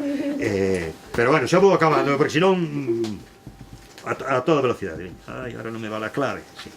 Bueno, Castrelos xa comentei, e Castrelos é un topónimo ademais ben galego, e Castro. Pero bueno, cando decía que hai 820 localidades chamadas Castro en Galicia, diminutivos, Castrelo, Castriño, xa non contamos. É dicir, que a xente que se apelida Castro pode vir de calquera desas 820 e non teñen parentesco entre sí. Digo isto porque volvo ao que dicía antes de Sarmiento, cando quere desenmascarar a eses impostores e embusteros de heraldistas e genealogistas, porque un que se apelida Castro vai aquelas as maquiniñas, ahora xa non hai, antes había unha na estación de tren, metía €1, escribía ali o apelido, saíache un folio con un escudo de armas diciéndoche que que tu abuelo templó sus armas en la batalla de non sei que, marchas co escudo todo contento para casa, é toda unha pura patraña. É dicir, non todos os castros son da familia dos condes de Lemos, só faltaba. Pero ese tipo de cousas funcionan así. É dicir, eles eran Fernández de Castro, pois non sei de que castro virían, pero hai outros, moitos castros que tamén xeraron apelido. Bueno, os apelidos toponímicos, xa comento agora, xa non sei se o dixen antes. É o que dá variedade a onomástica familiar galega. Temos moita variedade de onomástica, temos máis variedade de apelidos, por exemplo, que en todo o estado portugués. E o que nos dá, contando únicamente os que teñen máis de 50 ocorrencias, porque contando os de pouca xente, un país cheo de estranxeiros está cheo de apelidos raros, pero vamos, de apelidos nativos. Bueno, tiro para diante para que dixe. Bueno, Coruxo. É bastante problemático. Desde logo, seguramente non ten nada que ver co pez, co peixe chamado coruxo, e iso debe ser pura homonimia, máis ben, como outros derivados de cor, o que teña esa raíz cor, debe significar unha elevación, ou unha caída. É o máis problemático. Non sei se sabedes que Coruxo foi o porto do mosteiro de Celanova, non sei se é coñecido isto. Todos os mosteiros de importancia no interior de Galicia tiñan saída ao mar, polo menos unha saída ao mar. O porto de Marín, que hoxe é unha vila grande, era o porto do mosteiro de Oseira. A vila de, bueno, moitos portos máis importantes ou menos importantes. Pois ben, Coruxo era porto do mosteiro de Celanova. O mosteiro de Celanova era propietario, ou tiña o seu, vamos, dependía del, o mosteiro de Santo Estevo de Cías. Santo Estevo de Cías, é dicir, na illa do Faro, sabéis que había un mosteiro de Santo Estevo. Dependeu de Celanova, cando deixou de ser de Celanova, foi administrado desde Coruxo. Desde a igrexa de Coruxo, é dicir, que era unha parroquia de importancia. Logo venme a Florida, que é este é un topónimo recente. Non sei por que, debe ser por Santo Antonio San Antonio de la Florida, debe ser por unha advocación religiosa, non sei cando se lle puxo. Cando se lle puxo, alguén sabe cando se puxo o nome da Florida? Eu creo que non se chamaba, cando eu era pequeno creo que non se chamaba Florida, chamaban aquela zona de las cocheras, que me chamaba carretera de Camposanco. A mí sempre foi San Antonio de la Florida. Pero desde cando? A Florida, non sei. Si, pero chamaban yo antes tamén, é que non sei, sí. De neno sí. Bueno, pois entón, si, é que a min teme pinta de que non é tradicional, pero xa digo que eu non teño información, a mellor. Bueno, terei que miralo. O que sí que é certo é que non era parroquia. É dicir, hoxe está constituída unha parroquia, non hai información dela como parroquia, non sei cando, a parroquia debe ter 20 anos, se ten ou 30.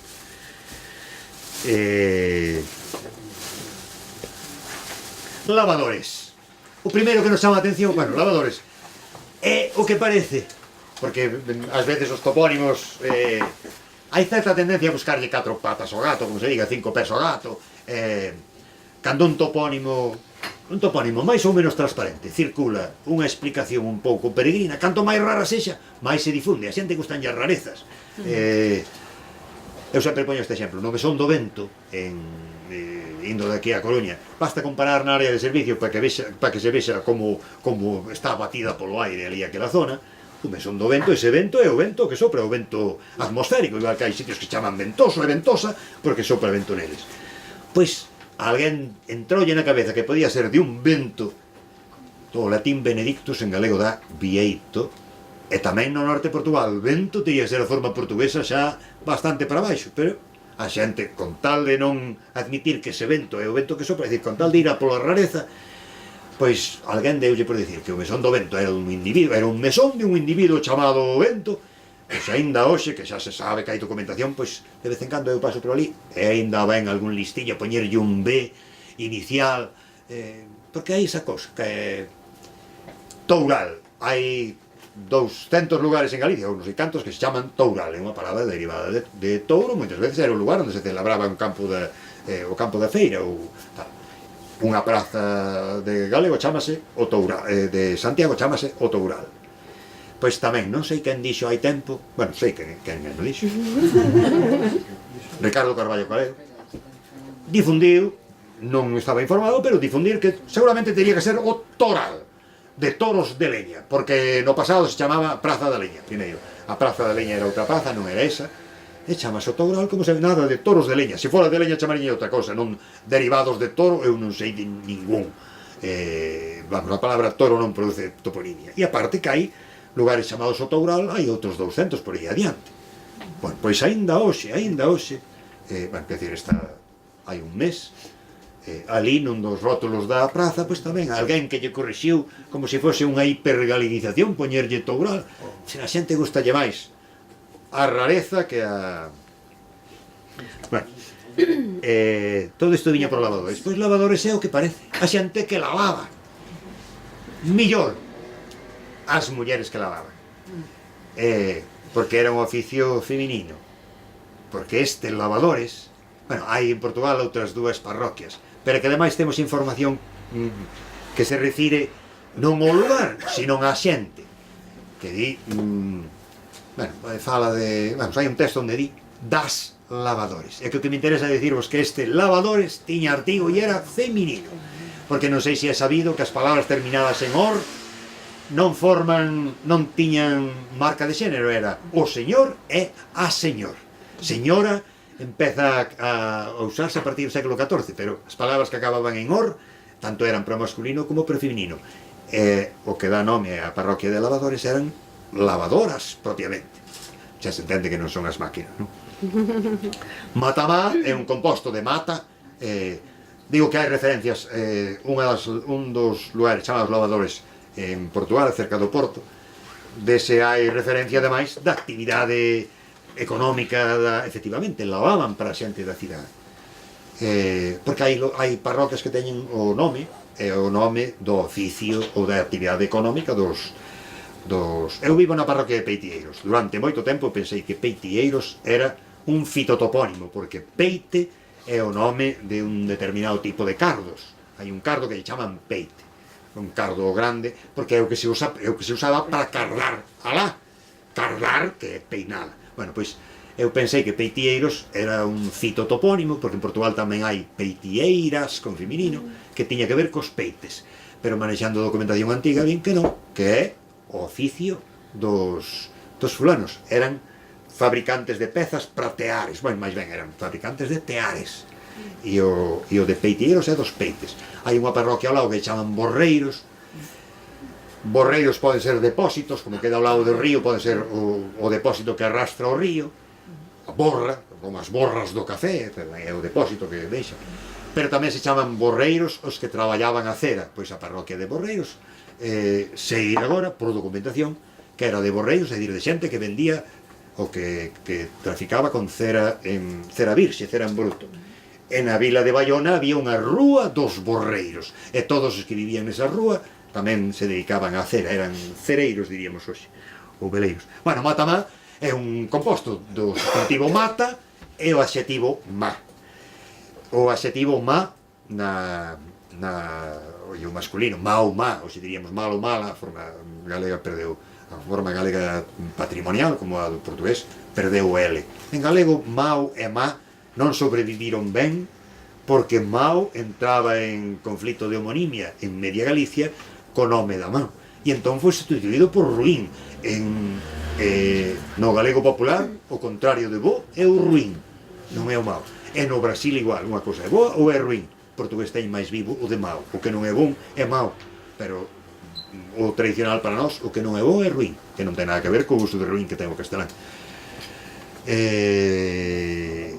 Matamá, bueno, pois má e mau significa con frecuencia dificilmente transitable, que non é que sexa de mala calidade, sino que fai referencia á abundancia de vegetación ou ben ao fragoso do terreo, porque tamén fragoso significa eso, dificilmente transitable, que hai moita vegetación, é irregular, hai pedras, hai... Bueno, porque hoxe en día tende a utilizarse, bueno, tiro para diante, úsase fraga co sentido de bosque, ese é un uso secundario, é relativamente recente e irradia do norte de Galicia cara ao resto, pero en zonas de Ourense ainda teñen uso etimolóxico de fraga como un penedo. Unha fraga é un penedo, non un bosque.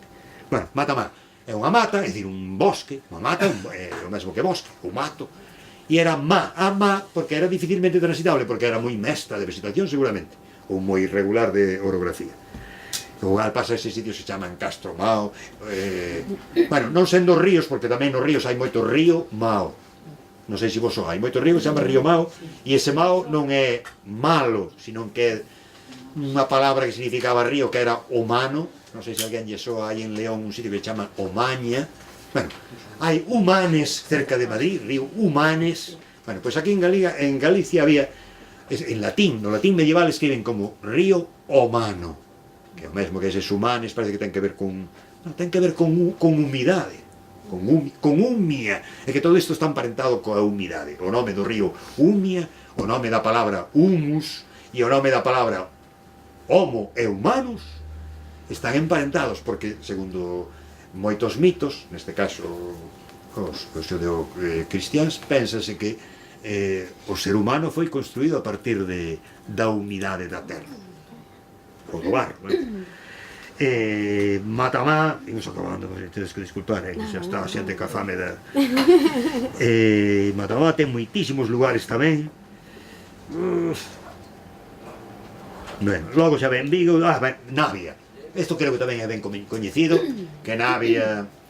Bueno, Navia é unha palabra emparentada con Nava, que quere dicir concavidade, pero con frecuencia Nava, esa concavidade pasa a significar o val por onde pasa un río. Na epigrafía galega prehistórica consérvase Navia como nome dunha divindade das augas, supoño que tamén é coñecido, unha deusa. O topónimo Navia repítese en Galicia, en Asturias, noutros lugares. Nós temos Navia de Soarna e a Navia asturiana e por aí. Todos son lugares que se caracterizan pola presenza de auga e por estar nun val, é outra palabra prerromana. Seguramente a palabra nave, embarcación, e a palabra Navia están emparentadas. Hai moitas palabras que significan unha embarcación e que na toponimia significan unha concavidade no terreo. A Dorna, que era a típica embarcación de rías, non sei se coñecedes, lugares que se chaman Dorna, ou Dornelas, ou Dornallos, e son recipientes. Tamén lle chaman Dorna, e en castellano existe Duerna, a pía onde se dá de comer aos animais, ou Dornajo. E todo ten que ver cunha concavidade ou un recipiente. E pasa moitas veces que nomes de recipientes dan nomes a embarcacións e na toponimia a concavidades no terreo. Bueno, tiro para adiante, porque senón Navia é dos máis interesantes porque é un topónimo prehistórico, bueno, tamén Coruxo, que tamén, bueno, Oia, outro tamén de orixe prehistórica, seguramente quere dicir, fai referencia a auga, é un hidrónimo prerromano, é a mesma palabra que dá orixe ao nome do concello de Oia. Pois significará seguramente eso, abundante en fontes, abundante en agua. Claro que isto, casi todas as palabras prehistóricas que deixan topónimos, casi todas queren dicir auga. Pois é que casualmente os núcleos de poboación coinciden con lugares onde hai auga. Bueno, e entre eles a palabra, e agora xa é unha cosa que non ten nada que ver con isto, a palabra barrio. Durante moito tempo pensouse que a palabra barrio, hai moitas localidades en Galicia que se chaman barrio, é un arabismo que significa parte periferia dunha cidade.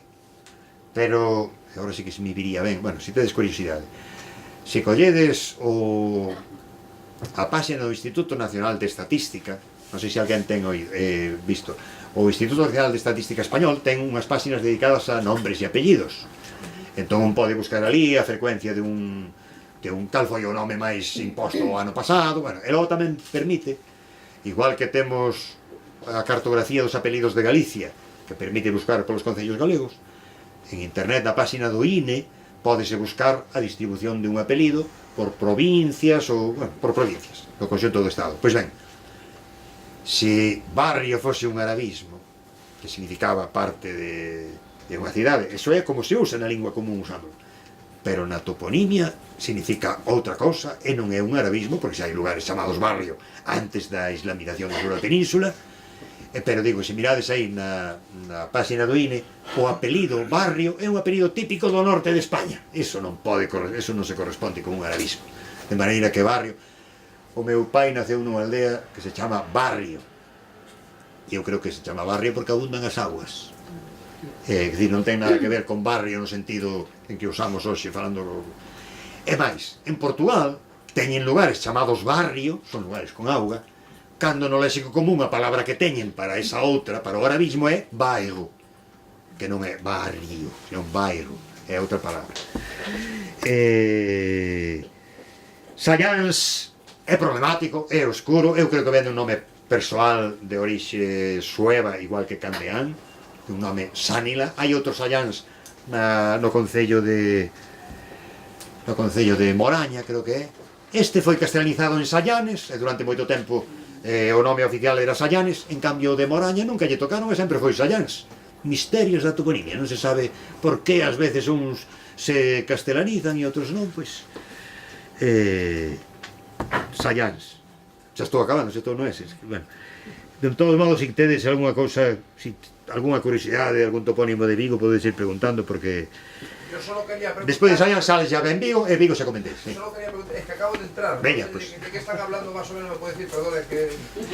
Estamos falando das migracións dos delfíns que van desde a Antártida. Estamos falando da toponimia de Vigo. Pues muy bien, nada más, muchas gracias. Un poco persona muy interesante, lo que pasa que... Bueno, digo, si tedes alguén quere preguntar algún topónimo concreto. Pero igual- Falta Tamén, peix. É verdad, non. Eu teño outra, pero igual... Que saltei para Vigo, que vin Vigo. Saltei as últimas, empecé a darlle. Eu teño outra tamén, por Bueno, a ver, vou comentar o de Valadares, porque na propia... Ou Valladares. Sí, vou non contar, porque na propia parroquia hai certa reacción e din que sempre foi Valladares, sempre, ata onde alcanza a memoria da xente. Hai un libro por aí, podedelo descargar en internet, que é Nicolás Taboada Leal. Somos este señor? Claro. Non chegou a ser cronista oficial de Vigo, pero curou unha epidemia de cólera que houve en Lugo, salvou moitísimos vigueses. Funciona como se fose cronista. Ben, pois na descripción de la ría de Vigo e sus alrededores de Taboada Leal, 1843. Ten un apartado para cada parroquia. Na páxina 100 é fácil lembralo, porque é unha páxina ben tal. Na páxina 100 fala da parroquia de Valadares. El que non tiña prexuizos de ningún tipo, chamalle Valladares, que é como lle aparece no nome oficial. La parroquia de Valladares por aquí, la parroquia de Valladares por lá, el marqués de Valladares por lá, e anota. Los vecinos se empeñan en llamar Valadares cuando ya era Valladares en la Edad Media. Bueno, el ve escrito na Idade Media con dous L's e pensa que xa era Valladares, é dicir, lee a la castellana unha cousa escrita con ortografía. Bueno, despois se queredes comento porque é algo parecido. Este sí, é importante. Este sí que é para mí é un sinviviente este. Bueno, entón, pero digo que é curioso. A Taboada Leal hai 160 anos parecíalle que o nome tiña, el non era experto en toponimia, o nome tiña que ser Valladares porque era así, e parecíalle raro que os veciños da localidade usasen outra variante. Pero os veciños da localidade, os fillos dos veciños da localidade, fixéronlles ver, tal como opinaba Taboada Leal, que o que les decían era incorrecto, e aprenderon a forma que se lles dixo que era correcta, e agora a quen lles ven ca outra historia dinlles toda a vida fue.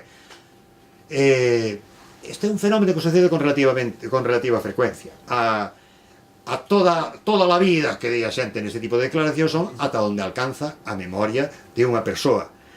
Para un topónimo que ten 800 anos, fiarse da forma que ten nos últimos 90, bueno, pero ademais é que por sorte, porque hai outros onde é máis complicado, pero por sorte para o topónimo de Valadares é un derivado de valo, e chamarlle aos valos vallos, ou, é dicir, habería que chamarlle, que foi o que condicionou o uso de Valladares? O título do marqués, que en canto se lle deu o título oficial, e máis aínda cando se creou no centro da cidade de Vigo unha rúa con nome dese marqués, pois entón foise consolidando a forma de Valladares, pero é unha denominación recente e non é galega, é unha palabra derivada de valo, de valado, e de chamar, se queremos, bueno, pero é normal que a xente tenda a defender a cousa que sempre usaron e tenden a pensar que é a historia de sempre. Pois non, os que defenden que o nome é Valladares é porque xa coñeceron o nome modificado por xente que lle fixo saber aos seus avós que falaban mal, e agora os fillos, bueno, xa entendedes, é un problema de deficiencia da transmisión do coñecemento, da transmisión cultural de xeración en xeración. E tamén ten que ver con esta cousa que comentábamos, todo o que soa a rural, a lingua galega, o tal, está mal visto, e a xente non considera que sexa unha riqueza cultural. Os fillos non son merecedores de recibir esta herdanza, e deserdámolos, e temos unha lingua, e deserdámolos, e negamos aos fillos que reciban a nosa herdanza.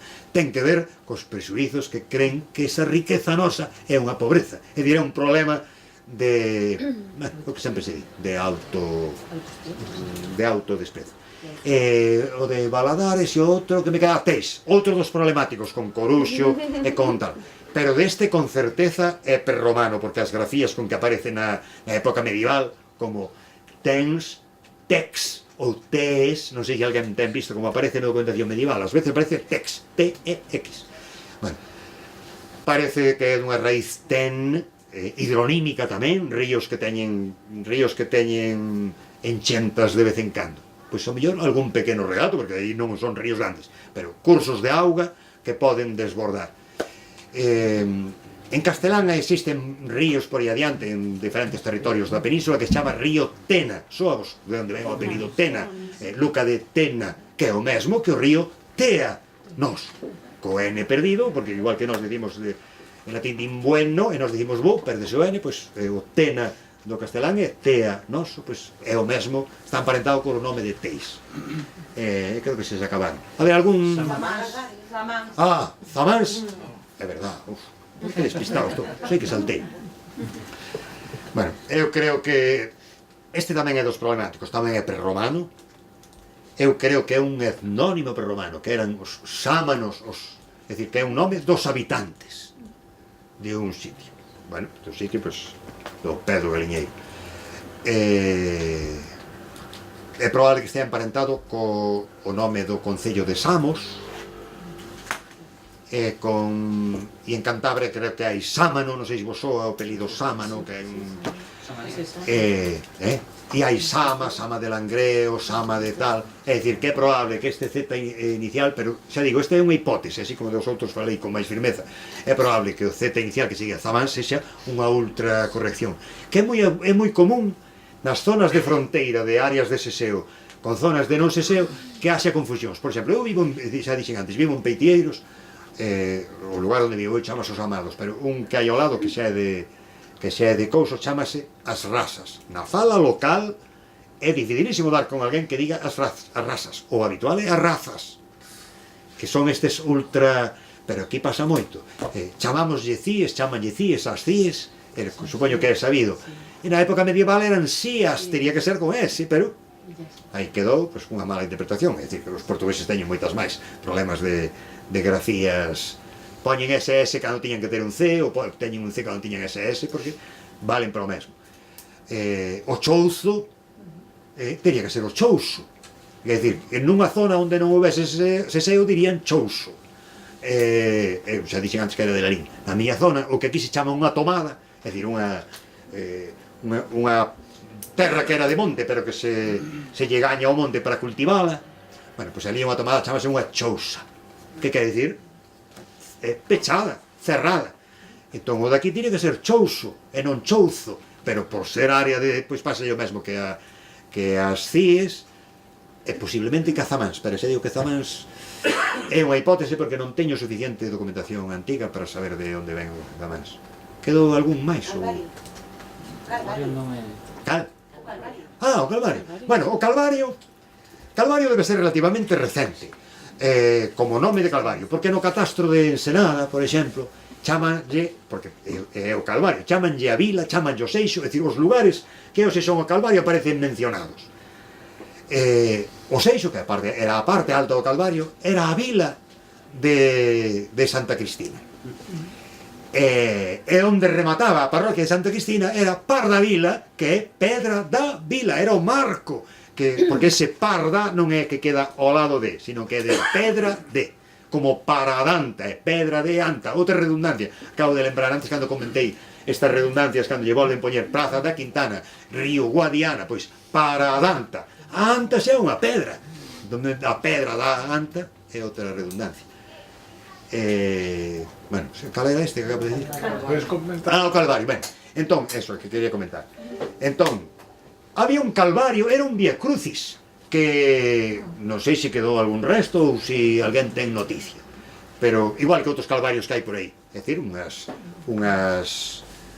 cruces para facer unhas procesións que tiñan que ver coa igrexa de Santa Cristina, que por certo antes de Santa Cristina de Lavadores aparece como Santa Cristina de Fragoso no século XI, é dicir, que convive a denominación. E a Barça, que non sobreviu? Barça, doutor. A Barxa aquí en... eu creo que chaman a Barxa, hai unha parte aí abaixo de... ainda lle siguen chamando. Dis onde estaba a fábrica de... Non, onde sacaban o rugby. Ah, pero eu creo que ainda existe unha Barxa. Sí, perdón. Unha Barxa é unha Barxa e Barcia son dúas variantes da mesma palabra. É terra cultivada ao lado dun curso de auga. Casi xa é sinónimo de veiga, casi. Porque pensando o que significa. Quer dicir, Guixar. guixar non sei. Ten pinta de antropotopónimo, de que veña dun nome persoal. Porque hai viciarios con wisiarios. Ese podería dar guixar, pero non me atrevo a decirlo así como así, porque tamén polo que dixen antes, porque ás veces un larga unha hipótese empeza a circular como se fora unha verdade, hai que ser cauteloso, porque de moitos topónimos non sabemos. Algo dos montes podías comentar? Non teño moita información dos montes de por aquí. Figalba ou Galiñeiro. Por exemplo, o Galiñeiro é raro que un monte que ten tanta presenza na paisaxe. Antes comentei, cando un elemento ten moita presencia na paisaxe, o normal é que teña un nome prerromano. Por exemplo, o Monte Pindo, que é un monte que chama a atención, aquela acumulación de pedras e tal, e resulta que Pindo é un pinito, aparece documentado, é dicir, é unha palabra do latín para aquí. Como non ten un nome prehistórico, eso pensaría a xente? Pois claro que tiña un nome prehistórico, Carnota. Hoxe sobrevive o nome prehistórico no nome de dúas parroquias veciñas. Cando hai dúas parroquias que teñen o mesmo nome, é dicir, cando un topónimo é nome de territorio, non nome dun punto concreto, sino de territorio, eses son tamén topónimos moi antigos, os chaman corónimos, porque eses son moi difíciles de sustituir, ou deixan de usarse, pero non se substituen por outro, porque son nomes de territorio. Entón, antes comenteivos que o nome da Guarda puxo o rei Afonso IX no ano pouco despois do de Bayona. O de Bayona foi en 1201, é o mesmo rei. Ben, antes chamábase Tarás.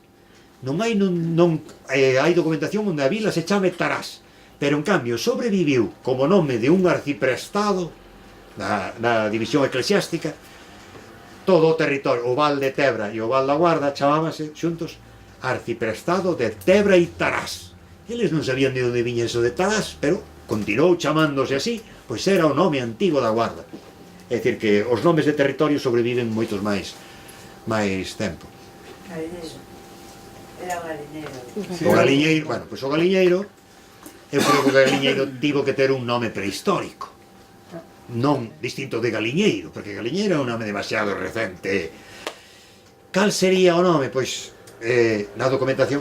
E Arruidos, que era... O Arruidos é unha parte. Da Loma del Zorro. Bueno, pero os Arruidos é derivado de ruir, O Monte Arruidos. que parece que ten que ver co ruído, pero non, é do verbo ruir, que quere dicir arruinar, porque se vedes como son o monte que chama Ruidos, que son a parte de atrás de Vincio, é dicir, é unha das caídas do Galiñeiro, pero non é o Galiñeiro. Todos aqueles pedrolos que parece que son ruínas que caeron de algún lado, parecen, ao mellor ainda son, eu creo que é accidental, pero parece. É dicir, Golba. Ah, ui. Alba quer dicir, pois ten toda a pinta de que significa branco. E hai moitos montes que se chamaban Alba. Entón é medio, hai xente que pensa que ten que ver con Alpe. Isto supoño que xa tedes coñecido, que hai unha raíz Alp que significa monte. Pois parece ser que era a mesma que significa blanco. É dicir, que co tempo acabaron que ten que ver coa neve. Cando o Monte Alba tivo neve, pois ao mellor non tivo nunca, é dicir, xa existía a palabra Alba para significar monte. Non sei se me está seguindo, é dicir, non quere dicir que fose como os Alpes, sempre cheo de neve, simplemente xa había Alpe. Na documentación medieval en latín, galega, non é raro que lle chamen aos montes Alpe. Entón, a mellor pon subalpe leporario in villa de non sei que, debaixo do monte Leporeiro, Levoreiro. Hai moitos albas, son prerromanos, e hai outros albas que son romanos e significan blanco. Entón, non é para un monte, é dicir, se é Vilalba, a vila de Vilalba, en Lugo, tamén lle puxo o nome Afonso IX, e chamaba, sabedes como se chamaba? Montenegro. Ten gra. E o territorio foi territorio de Montenegro. E o apelido Montenegro en Galicia é un apelido que irradia desde Vilalba. Era o nome antigo de Vilalba. Aí o rei puxolle un nome, cambioulle o nome, cando lle concedeu o foro, e puxolle unha especie de contrario do que había, porque xa era unha cousa que fixera o seu pai, Fernando II, o pai deste rei, que foi o que empezou a cambiarlle os nomes aos sitios. Había unha cidade en León que se chamaba Malgrado, e parecíalle que eso de Malgrado era mal, é dicir, de mala gana, e cambioulle o nome e puxolle Beneventum en latín, e hoxe é Benavente, é dicir, puxolle o contrario. Como o foro que concedeu este rei a Benavente incluía cambio do nome, e ese modelo de foro utilizou no logo o seu fillo aquí moito en Galicia, pois o fillo dedicouse a cambiarlle o nome a moitas vilas, de paso que lle concedía o foro aos habitantes. Isto é unha cousa que non se sabía, hai 3 ou 4 anos non se sabía, a xente non se sabía que era o nome da Coruña, que de onde viña, sabíase, bueno, os de Salvaterra sí que sabían, porque hai unha asociación cultural que se chama Lazoiro, por tanto sabían cal era o nome vello, o nome antigo, pero non se sabía exactamente cando lle cambiaron o nome e en que data e que rei fora. E dos outros non se sabía, bueno, si saben, os de Bayona sabían que se chamaba Erizana, e chegou Afonso IX e puxolle de nome Bayona. Porque lle puxo o nome de Bayona? Pois por imitar a Bayona do Golfo de Gascuña, que era, naquel tempo, era o porto máis importante do Atlántico. Entón esperaban que esta Bayona chegase a ser... Perdón. Codeside, por exemplo, en Candeán hai un que chaman Castro Codeside, que ten un pequeno núcleo... Codeside, antes comentei a propósito de... A ver, un derivado en Edo que dixen que era un colectivo vegetal, xa non sei cal era. Pero un carballedo é un sitio onde hai carballedo. Bueno, eses sufixos Edo, Eda, teñen unha variante con I, Ido, Ide. Pois nesta zona, o sufixo feminino Ida tende a alterarse en Ide. Por exemplo, eu que vivín aí un tempo en Barreiro, en Ramón Nieto, a subida que vai para... chamase Subride, a que vai ao lado do cuartel vello. Subride. Eso non calquera outra zona de Galicia sería Sobreda. É un lugar onde abundan as sobreiras. Sería Sobreda, Sobrida, e logo alterouse en Sobride. En vez de Ida, o a final alterase en E. E entón, sabendo que Sobride era o lugar de sobreiras, Codeside é o lugar de Codesos. E tamén un colectivo vegetal. É dicir, cando teñen esa terminación? Sí, boa tarde. Coñece o topónimo de Chan de Lodeiros para a Praza de Fernando Católico? Sabes se está documentado? Se aparece en un blog de toponimia de Vigo, alguén di, se chamaban Lodeiros ou Chan de Lodeiros, onde está... E Iván Sestai o quen é? Iván Sestai construíu unha especie de mapa sobre a cidade de Vigo actual, colocando os topónimos que figuran no catastro de Ensenada. Pero é así, máis ben aproximado, que eu saiba non chega... Pero bueno, mellor, non sei, é probable que houvese un Chan de Lodeiros. Chan é porque era plano, o de Lodeiro é máis problemático, porque Lodeiro pode ser un derivado de lodo, que fai referencia á calidad da terra, ou pode ser un fitónimo de unha árbore. O Lodeiro é un dos nomes que ten, ou un lodairo, ou en castelán lodón, torre lodones, pois é esa mesmo, que o Celtis australis, é unha árbore... A ver, outros nomes que ten... O nome máis común é lodeiro lodairo. Lodairo, nas zonas onde hai máis chamanlle lodairo, porque é unha árbore máis típica de... Pero non sei, aquí... Se era a praza de Fernando Católico, nin idea. Agora, o arquivo municipal conserva toda a historia da progresión urbana da cidade, é dicir, que pode chegar a saberse como se chamaba antes de que lle puxeran Praza de Isabel Católico, de Fernando Católico, é dicir, que non... Entón, sería unha pregunta, sería posible reconstruir a toponimia de Vigo dos lugares onde foi arrasada, tipo toda a zona de Barcelona? Sí, vou comentar unha cosa acerca deste arrasar, porque a mellor isto non é sabido. Porque efectivamente é arrasar. A toponimia que lle chaman conmemorativa e honorífica de dedicarlle topónimos a xente ou a cidades ou chamados topónimos de repertorio, de repente un montón de rúas, todos nomes de árbores, nomes de flores, nomes de provincias españolas que fixeron por aquí polo... Bueno, hai un organismo internacional, o Grupo de Expertos para Nacións Unidas, o Grupo de Expertos de Nacións Unidas para os Nomes Xeográficos, que emite informes periódicos que son asumidos pola UNESCO, e logo moitos países asinan eses tratados. Bueno, pois este organismo, desde hai 20 anos, ven sacando nas súas comunicacións, ven condenando ou desaconsellando a toponimia conmemorativa e honorífica. Porque di que, primeiro, é unha moda que puxose de moda na Francia de Napoleón, a principios do século XIX, de poñerlle, volver de unha batalla e poñerlle o nome a unha praza de París, e empezou todo o mundo a copiar os nomes. É dicir, se colledes documentación antiga, non había nomes destes. Rúa de fulano, rúa de mengano, eran todo toponimia tradicional. Bueno, pois, xa digo, os organismos que velan pola cultura patrimonial están en contra da toponimia conmemorativa e honorífica, que decir, que é o que fan as autoridades municipais. Cada vez que hai unha rúa que non ten nome, o primeiro que pensan, a ver a quen se lle dedica.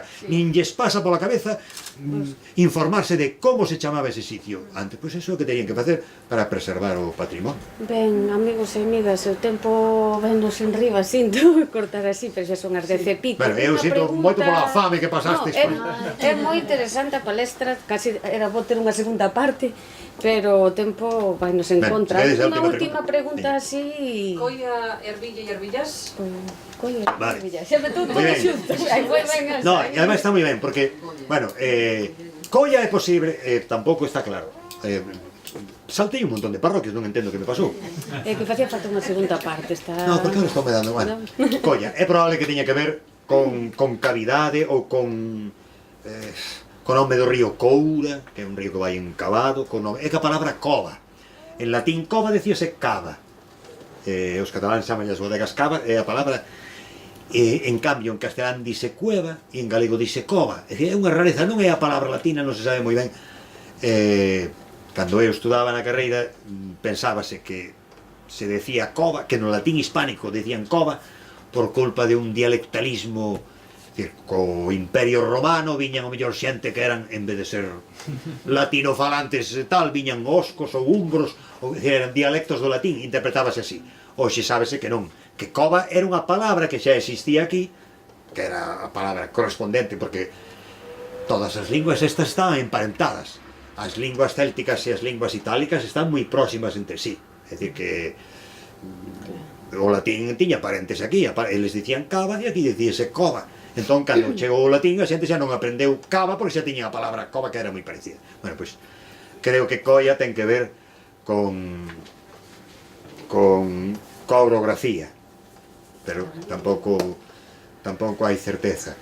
Ervilla e Ervillás, faime gracia que os pregunte xuntos, porque efectivamente parece que son xuntos, pero parece ser que Erville ven de un nome persoal, Herbilius, mentres que Ervillás é un sitio onde se cultivan ervellas.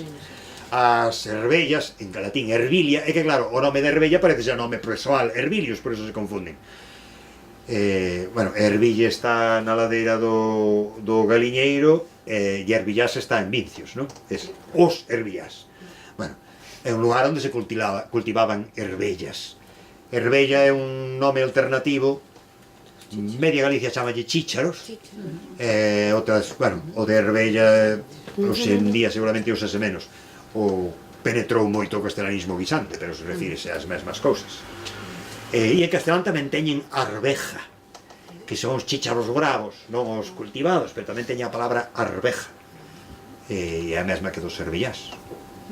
E é sen H, porque no de Vincios, agora xa non sei se ten rótulo, pero cando tiña un rótulo ali estaba escrito sin H, pois eran Hervillás con E, e sempre viñan algún corrector e escribíalle un H por riba, parecíalle que tiña que ver con erva, porque ás veces pasa isto, que a xente, por exemplo, o érbedo, sabes o que é o érbedo? En castelán, madroño. Bueno, o érbedo dá moita toponimia por aí. Hai un barrio de Ourense que chama Herbedelo, é un diminutivo de érbedo.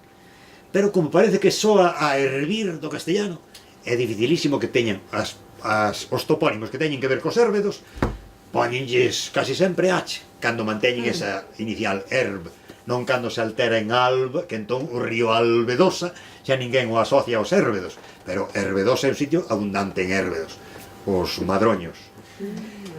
Xa aproveito para rematar. O escudo de Madrid ten un oso e un madriño. Non sei se sabíades isto. O que vou dicir. O que vou dicir. O escudo de Madrid foi proposto por uns monxes de do mosteiro vieito de San Martín, que estaba ali onde hoxe é a Porta do Sol, máis ou menos, e é copia do escudo de Oseira. Non sei se sabíades isto. O escudo do mosteiro de Oseira ten un oso de pé, bueno, intentando subir a unha árbore. Como se sabe que o escudo de Madrid foi idea dos monxes vieitos que tiñan ao lado, o modelo é o de Oseira directamente. Por que un madroño? A saber. A saber. Pois ben. Bueno, pois nada, Santas Pascuas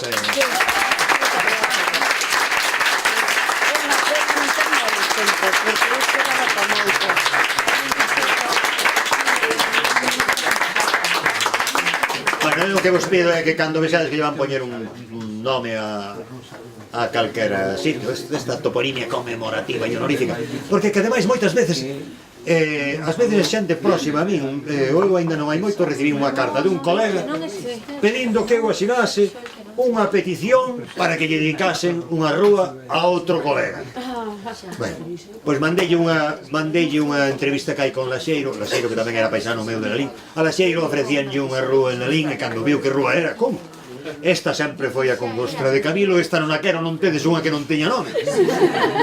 Pois é, que é así. Pois é así. Acabaronlle dando unha cousa que xa... Pois é así como se debe... Bueno, pues nada, moitas gracias a vos pola atención. Gracias.